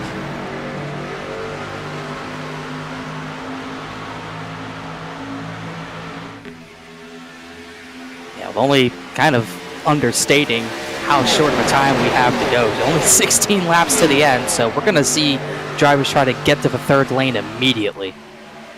Well, you heard the sting. It's a Wow. marathon, not a sprint. We're in the sprint section as they are now 4 wide, now 3 wide towards the pack or towards the front of this. Scioli almost out in a moment. Martin in the middle. Actually, up top, Nick Silver in the middle. But Scioli pushing the 29 of Rabel in front, heading in the 4. You can already see the anticipation kick up as we mentioned a little bit earlier than we would have thought. Oh, Wilson! Oh, Wilson in the wall. Does he keep Almost it off? came He back. does keep it off. Almost came back down into Cameron Hearn. Lose quite a few spots doing so, and it's really off the pace. Not sure that Carl will still be able to keep up with the pack. Might have just lost it right there as he gets in behind, but that's going to be unfortunate for the number 98, but back up near the front. Brad Slaughter trying to push Chris Rabel and make some moves happen here. Trying to push Rabel clear and then get himself clear so he can jump up in front of Scioli. I can almost guarantee you that's the plan between those two, but it's not working yet. Look at the weaving. Neither of these lanes stable right now. Is that third lane, Jordan Martin leading it, trying to come back to the front. And Weaver on the radio saying, Wilson, I'm sorry, Wilson. It was just an unfortunate accident that happened there in turn 3. A lap later, Wilson out. And Weaver still in it, but at the back of this pack. And there's Cameron Hearn lurking on that outside line, just waiting a couple laps. He's going to somehow find his way side by side for the lead. Nope, never mind. Nope, thought about it again. Here he goes. He's waiting for the right moment to go. He's going to be. Looks like he's going to be stuck with Jordan Martin. It looks like Tom Bourne maybe wants something to do with that outside lane. And it looks like he's going to be stuck there as Mason Kane's driving through the middle, just trying to see if he can get the lucky dog back. Ryan Swan now up leading that charge. Yeah, Ryan Swan jumps up. A lot of drivers who need the win trying to get to the outside line, trying to lead it more importantly, but not enough momentum there quite yet as, wow, Nick Silver's really weaving, really struggling on the older tires. I'd watch that 46 car to the end of this race. I'd watch the 4 of Cochran. It seems like if the wreck's going to happen, it's going to be with him. Last couple of laps on the backstretch, he's gotten all out of shape and below the yellow line. And he's still getting a little out of shape there in the tri-oval as Scioli leads the lap, 13 to go. And Nick Silver, it looked like for a second he thought about looking to the outside. Can Scioli come down in front and clear Rabel? He does not. And Rabel still stuck fighting for the lead. Brad Slaughter pushing him in behind. For Scioli, he's got Nick Silver in behind. And here comes Ryan Swan. That outside lane's got a huge charge. Every time the middle lane and the bottom lane weave like that, the top lane stays Whoa, steady. And Bryce Sissack sideways. The 4 sideways, watch Holding the it, stack holding it. ups, Weaver's on the apron. They got it straight, but that's going to really string things out. You're going to see some big runs from the drivers outside the top 10 or so as now the 7 blinks out as Ryan Swan's going for the race lead. Oh, bad time to be blinking when you're going for the win. Ryan Swan on the outside with Tom Bourne to the front, 12 laps to go. That outside line. And they're both clear, and they will come down. Bourne is actually going to try to take it from Swan. He abandons him. They're now racing for the lead. Big move. Tom Bourne needs this. Chris Rabel needs this. Now you got 2 drivers on the bottom line who need this win. Jordan Martin in the same boat. And Mason Kane, there they go. Nick Silver's around. Munsell spinning. No caution yet. Wow, he saved it. Munsell didn't. It's below the double yellow line. It's not going to be a yellow, Oh and my that's goodness. unfortunate for the 6 of Munsell as we take a quick look at it. On the back straightaway, did he get hit from the side? Oh, there's Senza getting into Nick Silver, and then the 6 of Justin Munsell going flying off into the barrier, and he is not a happy camper. His luck this week has been atrocious, and it's going to come to an end there as the battle for the lead still intense. Rabel got aboard. Wow. Mason Kane sideways in the middle of everything. And he's trying to get his lap back. This isn't even for position. He's almost blocking Martin into the wall. Here comes Rabel on the outside with Slaughter. Swan lurking in the back, but Rabel's going to lead at the line with 10 to go. This is absolutely getting intense up here. Looking at Brad Slaughter here concentrated. Now Rabel coming down. That might have been a mistake because here comes Skyley and Brad Slaughter, two of the strongest cars in this race. Now they got some clean air to work with. Clean air to work with indeed as they all go 3 by 3 down the back straightaway. That 9 rockets ahead as you can see the focus, how intensely focused he is with the 7 all over the rear bumper into turn number 3. Interesting spot to be in. 3 wide for the lead in the middle. Got cars to your inside and to your outside. Here comes Jordan Martin in the 17 with Ed Robertson. Working that outside lane in as Rabel continues to hold the bottom. Slaughter continuing to hold the middle. But the 9 and 7, they've been the fastest cars all day long, and they're still up here when it matters most. 9 laps to go. 9 laps. This race is definitely coming to an end soon. You can see how much chaos has developed near the front of the order. They were orderly for a majority of this race, pretty much up to lap 70 or so, and then after this last caution, they've kicked up the driving. They've gotten so sporadic, so chaotic near the front. Everyone making moves, especially all the drivers just outside the top 12, trying to see if they can get that win to lock themselves in. You can see a lot of names in white near the front. Those are the drivers, a lot of them racing. They're trying to race their way in. And at this point, there is absolutely nowhere to go. You're in one of these 3 lanes. You're kind of gridlocked at this point. There's not really enough drivers to get a 4th lane at this point. Sorry, are we at live speed? Because the ticker changed from 10 to 9 to go at turn 4. Now we are. There we go. Yes, I was trying to get him to that. almost had flashbacks there. But now we're live, folks. Don't worry, nothing's changed. Not a whole lot has changed. Still 3 wide here, but it can change in a moment. If someone makes a mistake, you can easily see someone go around and have a caution to take out a lot of drivers here. We still have a lot of guys going. That first caution did take out a whole lot. I mean, heck, we saw Cameron Hearn arguably take the most hits out of that wreck, and he's running an 8th. And still 18 drivers on the lead lap that are in this pack. Everyone else is beaten and battered around the track. You're actually going to come up on lap traffic not too far from now. But there's nowhere to go for them, nowhere to hide. Hearn's looking forward. Don't do that. Not enough room for that. Oh, goodness. Yeah, there is no room for that, especially now there's no one's going to try it. It's he's down to experiment with anything. Big science guy, the 67 of Hearn, but he's behind the top 10 who are still fighting for the lead, except for Mason Kane in the 31. He needs a caution to come out, and then he'll be the free pass car. But at the moment, Rabel holding his own on the bottom, Slaughter in the middle, and then to the outside, trying to get a charge is Jordan Martin as they come across the stripe with 7 to go.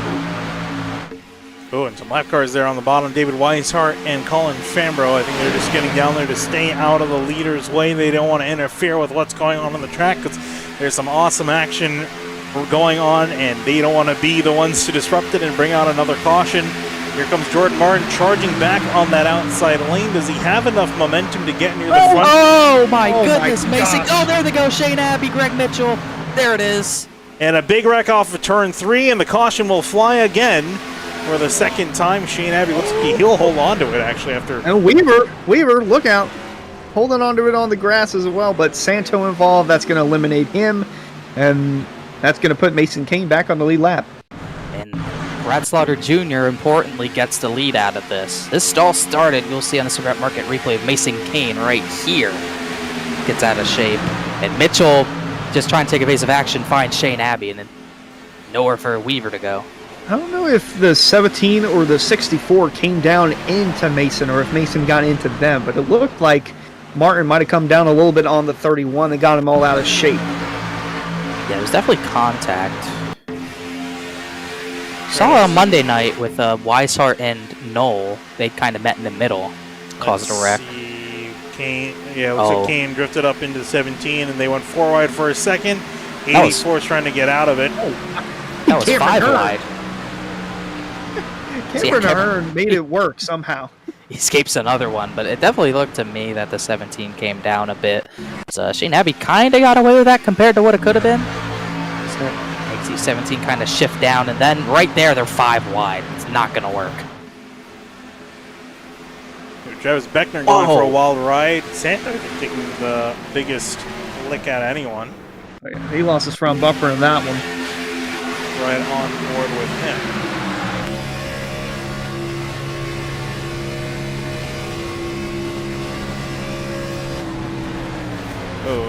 Justin Sogak getting doored by him. Bryce Senezak is well involved. Senezak, I think he's got some front end damage, so it's really going to hurt his day. As well, Santo probably pretty much done. But like I said, Brad Slaughter gets the lead out of this with his guest teammate James Scioli, and then the guys. Then after them, you got 3 guys who need to win: Rabel, Martin, and Bourne right there. Could not script it any better.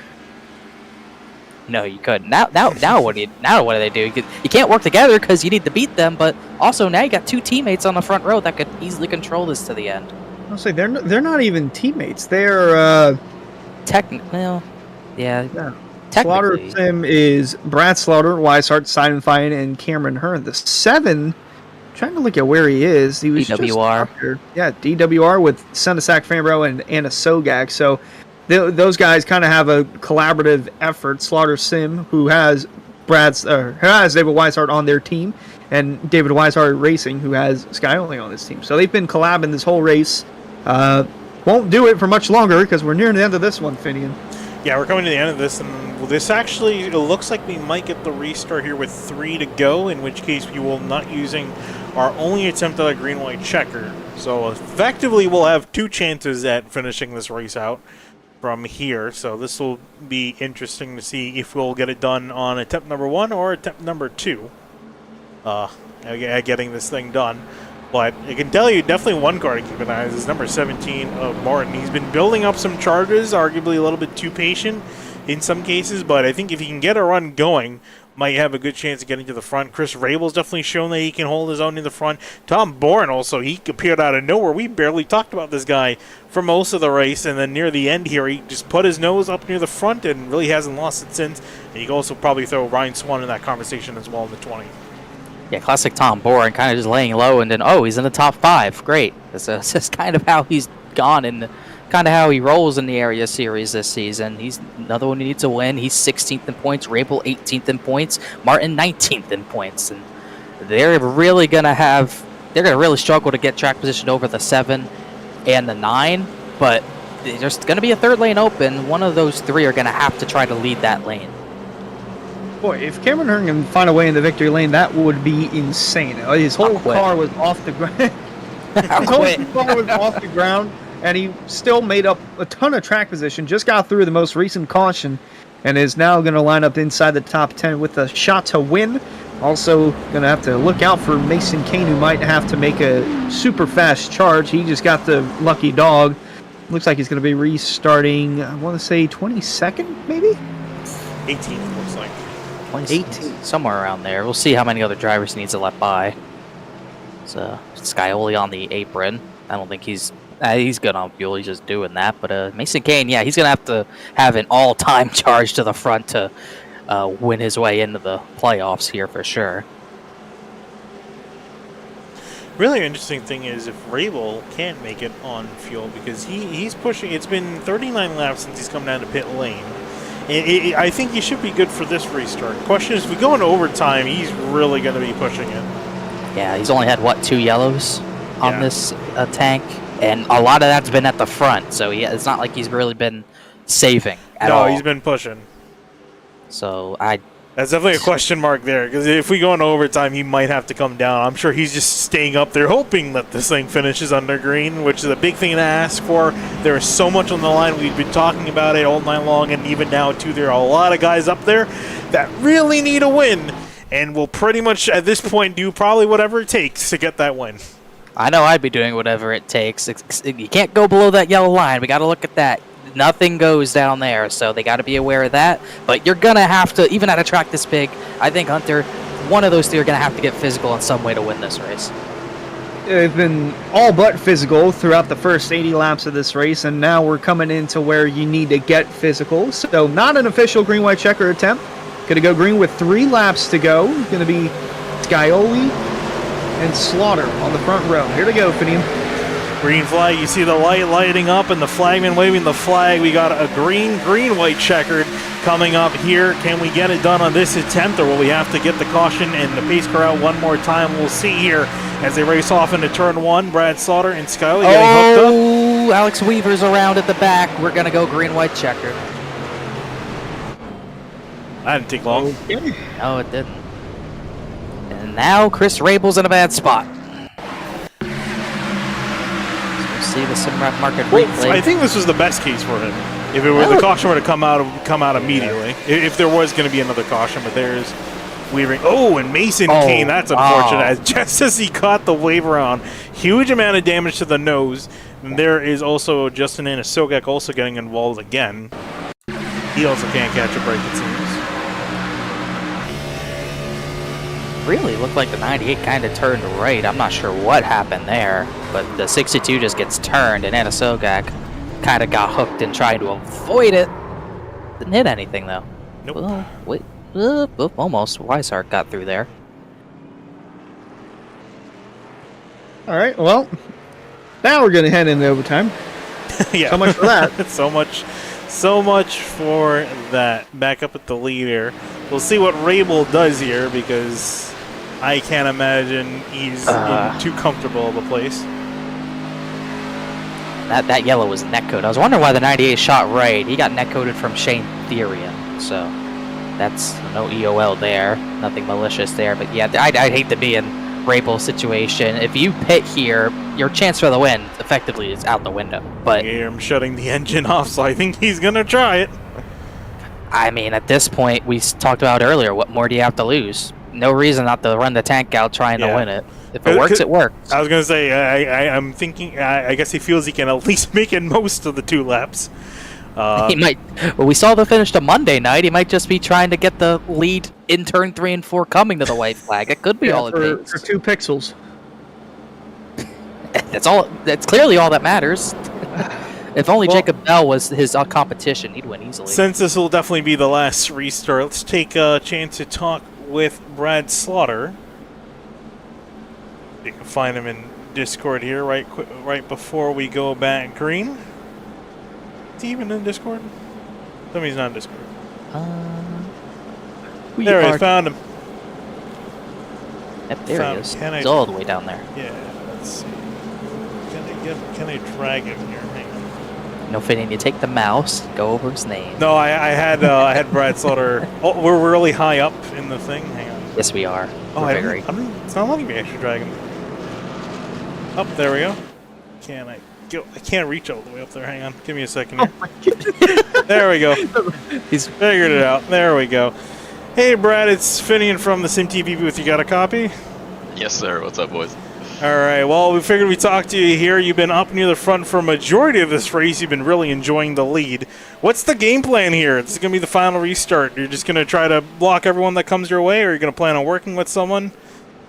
I wish I could tell you what I'm going to do. Me and James are sitting here trying to figure it out. I'm going to take the outside here. I don't know how it's going to work for me. I've found just about every way to lose one of these things. So, yeah, I'm going to try to make sure at least either me or James wins this thing. I don't know if I'm going to really be able to put too much of a block on him. I really just want to get us to kind of hold up the 2 lines and try to fend off anybody that gets a run on the outside or something like that and settle it between the 2 of us. But me and James were talking. We always seem to end up in this situation, and neither one of us has been able to close the deal. So we're gonna do our best, but no promises. All right, we'll see what you got. Also, before we send you back down there, what happened to the cool jacket and the sunglasses? You took it off. We thought we were gonna keep it on. Well, so these Xfinity cars overheat enough as it is, and with that jacket on, we were really overheating in practice. So as much as I wanted to do it, if I could pull this off here, I'll throw it back on for the Victory Lane interview. But it's just a little too warm in here for the old Budweiser jacket. I feel that I have a little tiny fan next to me, and it's not really doing a whole lot. It's definitely hot out there. So I'll send you back down, Brad. Good luck. Appreciate it, boys. All right, and that's Brad Slaughter. Let him get back to it there in his car in the lead. You can see 32 laps led. I'm going to assume that's the most out of anyone. So second most would probably be this man right here, James Kelly. He's led 10. So can Brad Slaughter seal the deal up in front? And also big question mark, does Chris Ray will have enough fuel because he is on 43 laps. Some of them under cautions, but he's been really stretching that tank. It's going to be interesting because we heard it right there. You know these two are going to try to sell it amongst themselves, but you got everyone behind them all the way back to, Cameron Hearn in 9th? Everyone else needs a win, whether to make the playoffs or just to get some momentum going for a tough season. Ed Robertson, Matthew Cochran, all these guys, Ryan Swan, all these guys are just looking for something to go their way. Swervin Irvin, he's had a horrid season trying to get something going. So you got two guys who are going to try to work together and 7 or 8 that are going to try to take that away from them. Yeah, will they even make it to the white flag, though? That's the big question. That is going to be the big question, and I'm sure Casey Lacadas is hoping none of them win this because as it stands, if Brad or if Brad or James win it, he'll be sitting pretty. If anyone else wins it, they can knock him out of that final point spot. Again, it really also depends on where does everyone else finish in the points. Well, we'll get you those results as soon as this race finishes, which will be in just about 2 laps' time. We're glad you joined us here for the Florida State Builders Area Pro Series. 2 laps to go. It'll be a 2-lap shootout. 1 attempt and only attempt at the green-white checkered here. Brad Slaughter leading him down. James Kelly up on the bottom in second place, and a whole bunch of cars in behind trying to see they can get a win, punch their ticket to the playoffs, and are probably willing to do whatever it takes to win this, and whatever it takes might mean bringing out the yellow. We'll see if they can make it back. Pace car will be off. We'll see. It'll be the final time we will see it and see what any of these drivers have planned. This is going to be the money restart for all these guys. Everything, all 85 laps prior to this have led up to this one moment, this final restart of the regular season. What will it be? Through the restart zone they will go, and there they go, back on the gas, green flag back in the air. 9 didn't get as big of a jump this time. Still gets ahead of Scioli regardless. George Martin, no push. Bourne gets to the bottom, so Rabel and Bourne are likely going to fly by the 17, but once they get clear, do they pull to the outside? They might just go to the outside. No, they could help them down the backstretch here, but it's all 9 and 7 up front. We'll see a little bit sorted out near the back. There is Rabel immediately jumping out. Brad Slaughter going to ditch his friend James Scioli, and there's Rabel going to ditch the 9. Going to be pushed by Jordan Martin up on top. Tom Bourne's going to get clear here. Where's he going to go on all this? Scioli might have no pusher as they're 3 wide, dropping back hard. Still green. You'd think Bourne wants to get the lead now, but he's still pushing the 7. Oh, he's eager to go. He's got Robertson behind him, too, also eager to go. They're coming to the white flag. Looks like they're going to make it. One to go here at Talladega. Here they go. Tom Bourne immediately going to go to the outside lane, trying to get around. James Scioli will pull in front of Brad Slaughter. Here comes Chris Rabel with a huge head full of steam with Jordan Martin in tow on the outside lane. Do they have enough of a run? There they go! A huge, massive wreck out of turn 2. James Scioli left, driving in front of the field. Ryan Swan and Cameron Hearn trying to charge back to the front. Cameron Hearn's doing it again, but this time he's got Ryan Swan in front of him. Scioli has no help. Ryan Swan to the lead. Can Cameron Hearn pull it off again? Well, they're going to have one more chance here, so they're coming into the tri-oval for the final time. Ryan Swan won in season 2, looking for another win. Cameron Hearn, he's going to have a push from Scioli. There they come in the tri-oval for the final time. Scioli to the outside. It's not going to be enough. Ryan Swan will do it once again. He wins at Talladega. Wow, right at the line. Scioli tried to come back at him, but it wasn't enough. Ryan Swan will walk home the winner here at Talladega with Scioli and Hearn 2nd and 3rd.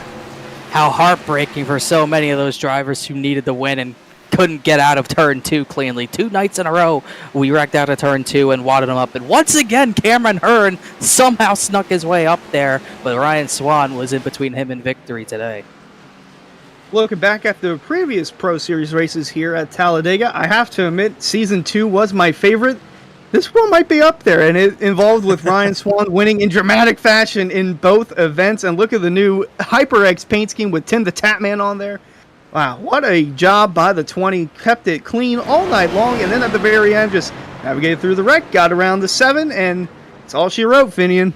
Definitely was all she wrote. Definitely stick with us. We'll go through quite a few replays of that chaotic finish, but Ryan Swan was looking like he'd be the sitting duck coming towards the tri-oval, was just able to hold off a solid charge from both the 7 and the 67 Scully and Cameron Hearn, and he will be walking home the winner here at Talladega. Going to work his way through the tri-oval and going to definitely enjoy burning this one down.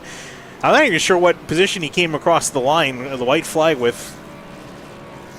But Trying to check. He was up there. He was 5th. He just somehow withstood the chaos there, and he deserves to do burnouts. You think if Hearn did not have the damage he did, maybe he has a run, but he just had nothing.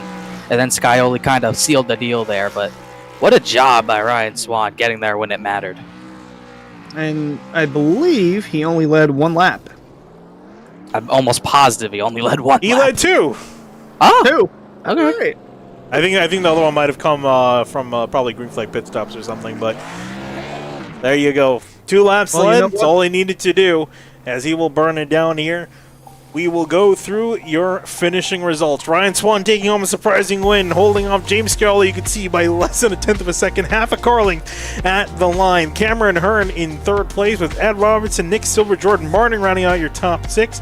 Laconish, Terrian, Mitchell, and Travis Beckner rounding out your top 10. A lot of drivers, heartbreak for them. Jordan Martin so close, couldn't get it done. Jeffrey Wilson recovered to 11th. Tom Boren, heartbreak for him as well, as we go through just outside the top 10. Weaver back to 13th, Irvin 14th. So many drivers here. Almost every driver here was probably in that last lap crash. They took out all but maybe 5 or 6 cars, as Brad Slodwick Jr., the big loser through all that, dominated this race, was top 2 leading the lights all night long, and all he has to show for it is an 18th place, and unfortunately we won't see the jacket tonight.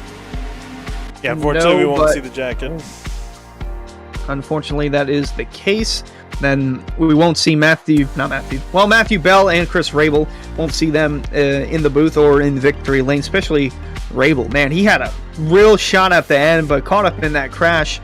And then you see the rest of the drivers in the back. Mason Kane did not have the result that he needed. Andrew Santo as well. Boy, oh boy, this is a fun one to sort out, guys. Boy, There's a lot to sort out, I would say. Definitely a lot to sort out. And your final page of finishers, Michael Muhammad, Garrett Grant, and John Furnish rounding out your field of 33 drivers. Let's get talking to your 3rd place finisher, Cameron Hearn. Cameron, up at the beginning of the night, it looked like you were one of the guys to beat, along with Brad Sauter and with James Scully. You were charging up on that 3rd line all night long. You were pretty much able to get it work. You were then caught up in a wreck. Seemed like you're out of it, but you almost had a chance there at the end. Walk us through your night. Yeah, I don't like leading the pack. I get super stressed out and don't want to mess up, and I actually do mess up when I'm out in front of the field. So for me, it's more fun in these restrictor plate races. I'm locked in on the points and stuff with the win and my point situation. So it was all about having fun. And I told I think Paul Irvin and even Justin, as the race went on, I was like, hey, if you want to go up to the front, I'll try to push you, and made it work. But got damage, had like 1.5 minutes of damage. Luckily, it was all in the rear end. Didn't really hurt the car too bad. And then that final wreck, got some front end damage. Really didn't have nothing for Ryan, but Ryan needed a win to be in. So I was glad I could push him, the previous laps before that, give him a good spot. But all in all, fun race, heck of a finish. James came for us, and thought I had second locked up, but he kind of surprised me. Travel snuck in. Yeah, and looking back there at the end, did you feel like you should have went high, low instead of high on Scully, or do you think you pretty much had no shot at trying to get back past those two? Yeah, I really wasn't catching Ryan even straight up behind him, and I needed James to push me, and I thought maybe he might push me, but then again, like this one means more for Ryan. He needed to get into the playoffs and stuff, so me and Ryan been friends for a long time. we were in the same Discord server together, and I told him on the previous caution that I would go wherever he went. I was like, whatever you do, don't leave a hole open because I'm gonna go for it. So he did that. We made it through the wreck. Hate it for Brad. Brad was bad fast all night up front, did everything right. Still got caught up in other people's stuff, but yeah, congrats to Ryan. I'm glad to see him in victory lane. All right, well, thanks for talking to us, Cameron. It was still a solid finish for you, and not that it mattered for you really needing to get the win coming into tonight, but best of luck to you for the rest of the playoffs. I appreciate it. Hey, Mom and Dad, love you. Bye.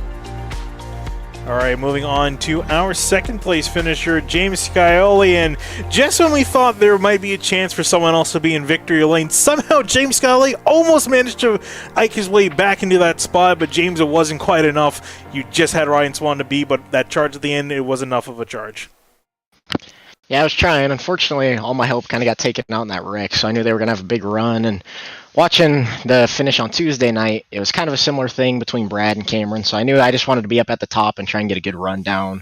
The front straightaway, the finish line's so far back, so I figured if I could get a good run, I might be able to get him at the line. And then they all started moving up the track and kind of crowding me as they should, and just couldn't quite get Swan there. So it was pretty cool. We were all on the same call, so it was a fun race for sure. And glad we were all able to run up front, and happy for Swan to get that win. I'm starting to think I'll never win a plate race, so unfortunately that seems like my reality, but we'll keep trying.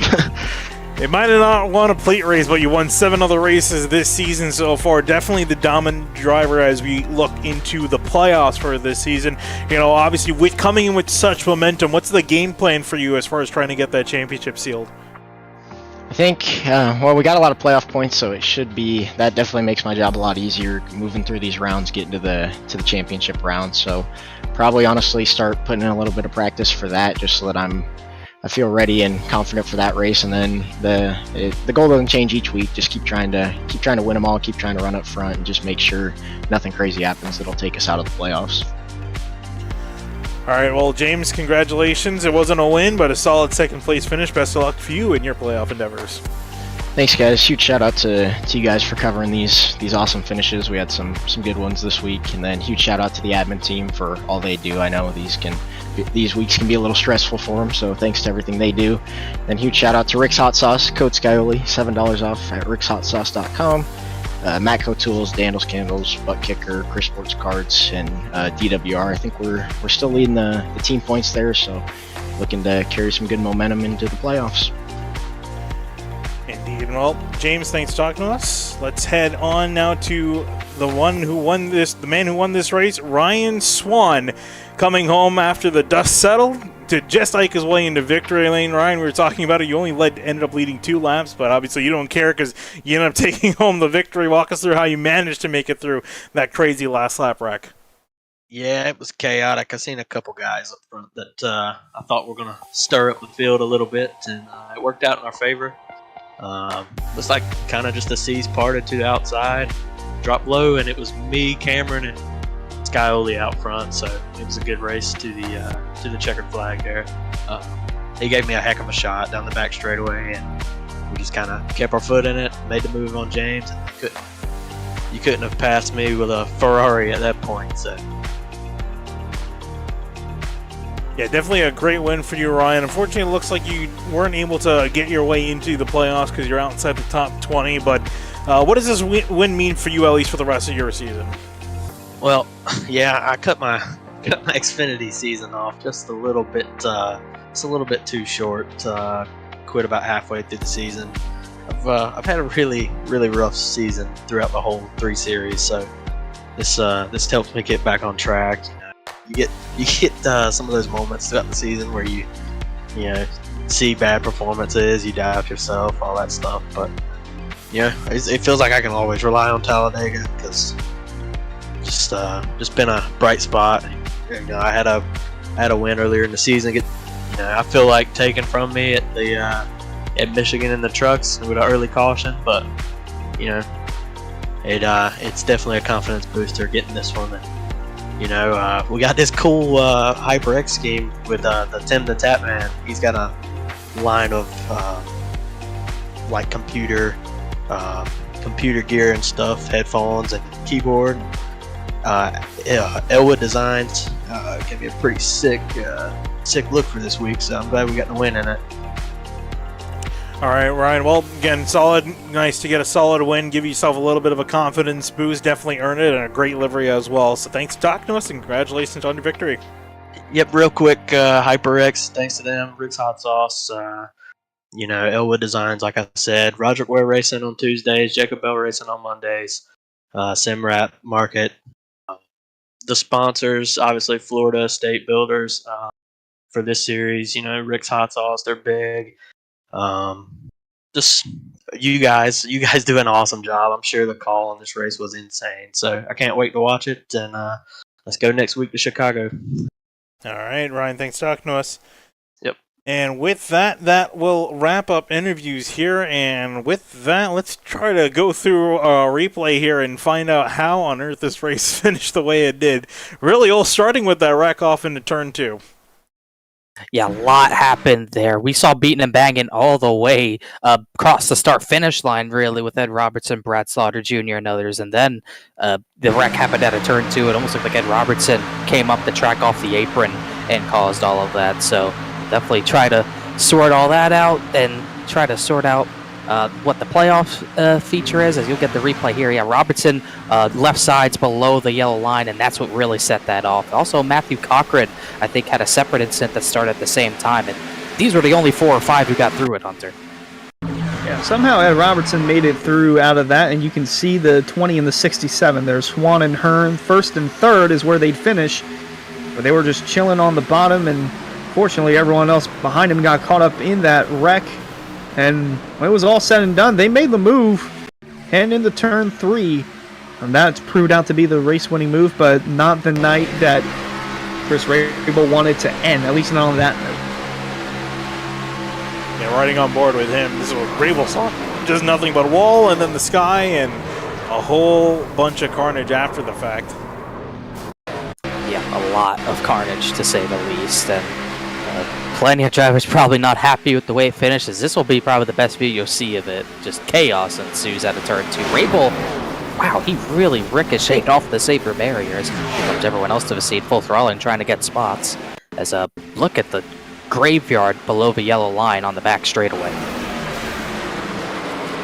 Yeah, just look at Brad Slaughter. He was not a happy camper. We talked about him. He was talking about how he's never been able to quite seal the deal on this, and I'm sure there's just frustration due to how much luck's involved in this.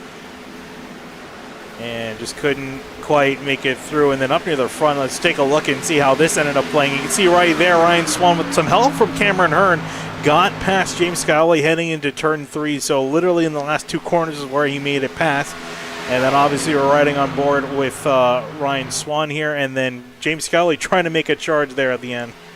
Yeah, I really think if the 67 wasn't damaged, he could have made a better charge for the win. But like he said, he was committed to Swan, and Skyley had no damage. He had the big run, but just too much ground to make up at that point, and the door from the 67 didn't help. Swan covers the top just in time. Wow, what a race, guys. What a week of racing here at Talladega, and that's how close the finish was. You can see in the super slow-mo, Hearn hesitant on making the block, makes a little contact with the 7 of Skyoli, and that's all she wrote there for Ryan Swan to bring it home in the victory lane. But, guys, we got 5 more weeks of racing, and it's playoff time. We're going to Chicago. I am so pumped for this. And here's your photo finish cam, Connor. Finally got good use of it right there, and a few close finishes at the front there. And yes, those 5 were the only ones who survived. Nick Silva rounded them out as absolutely wild stuff across the line into the finish. Incredible week, like you said, Hunter. It was awesome. Drama in all 3 series in different ways as well. 3 completely different finishes besides turn 2, the chaos in turn 2. Had a little bit of a different finish out of 4 this time compared to Tuesday. Yeah, indeed, it's not done yet. The season is really, or in some ways, just getting started. The race for the championship is officially on now for the next few rounds. Next week, we'll be heading to Chicagoland, as well as all 3 of the other series. So Monday, Tuesday, and Thursday will be at Chicagoland for the kickoff for the Season 4 area playoffs. But for tonight, my name is Finny DeCuna here with Connor Horn and Hunter Sluppy from Talladega. Thank you for watching, and have a good night.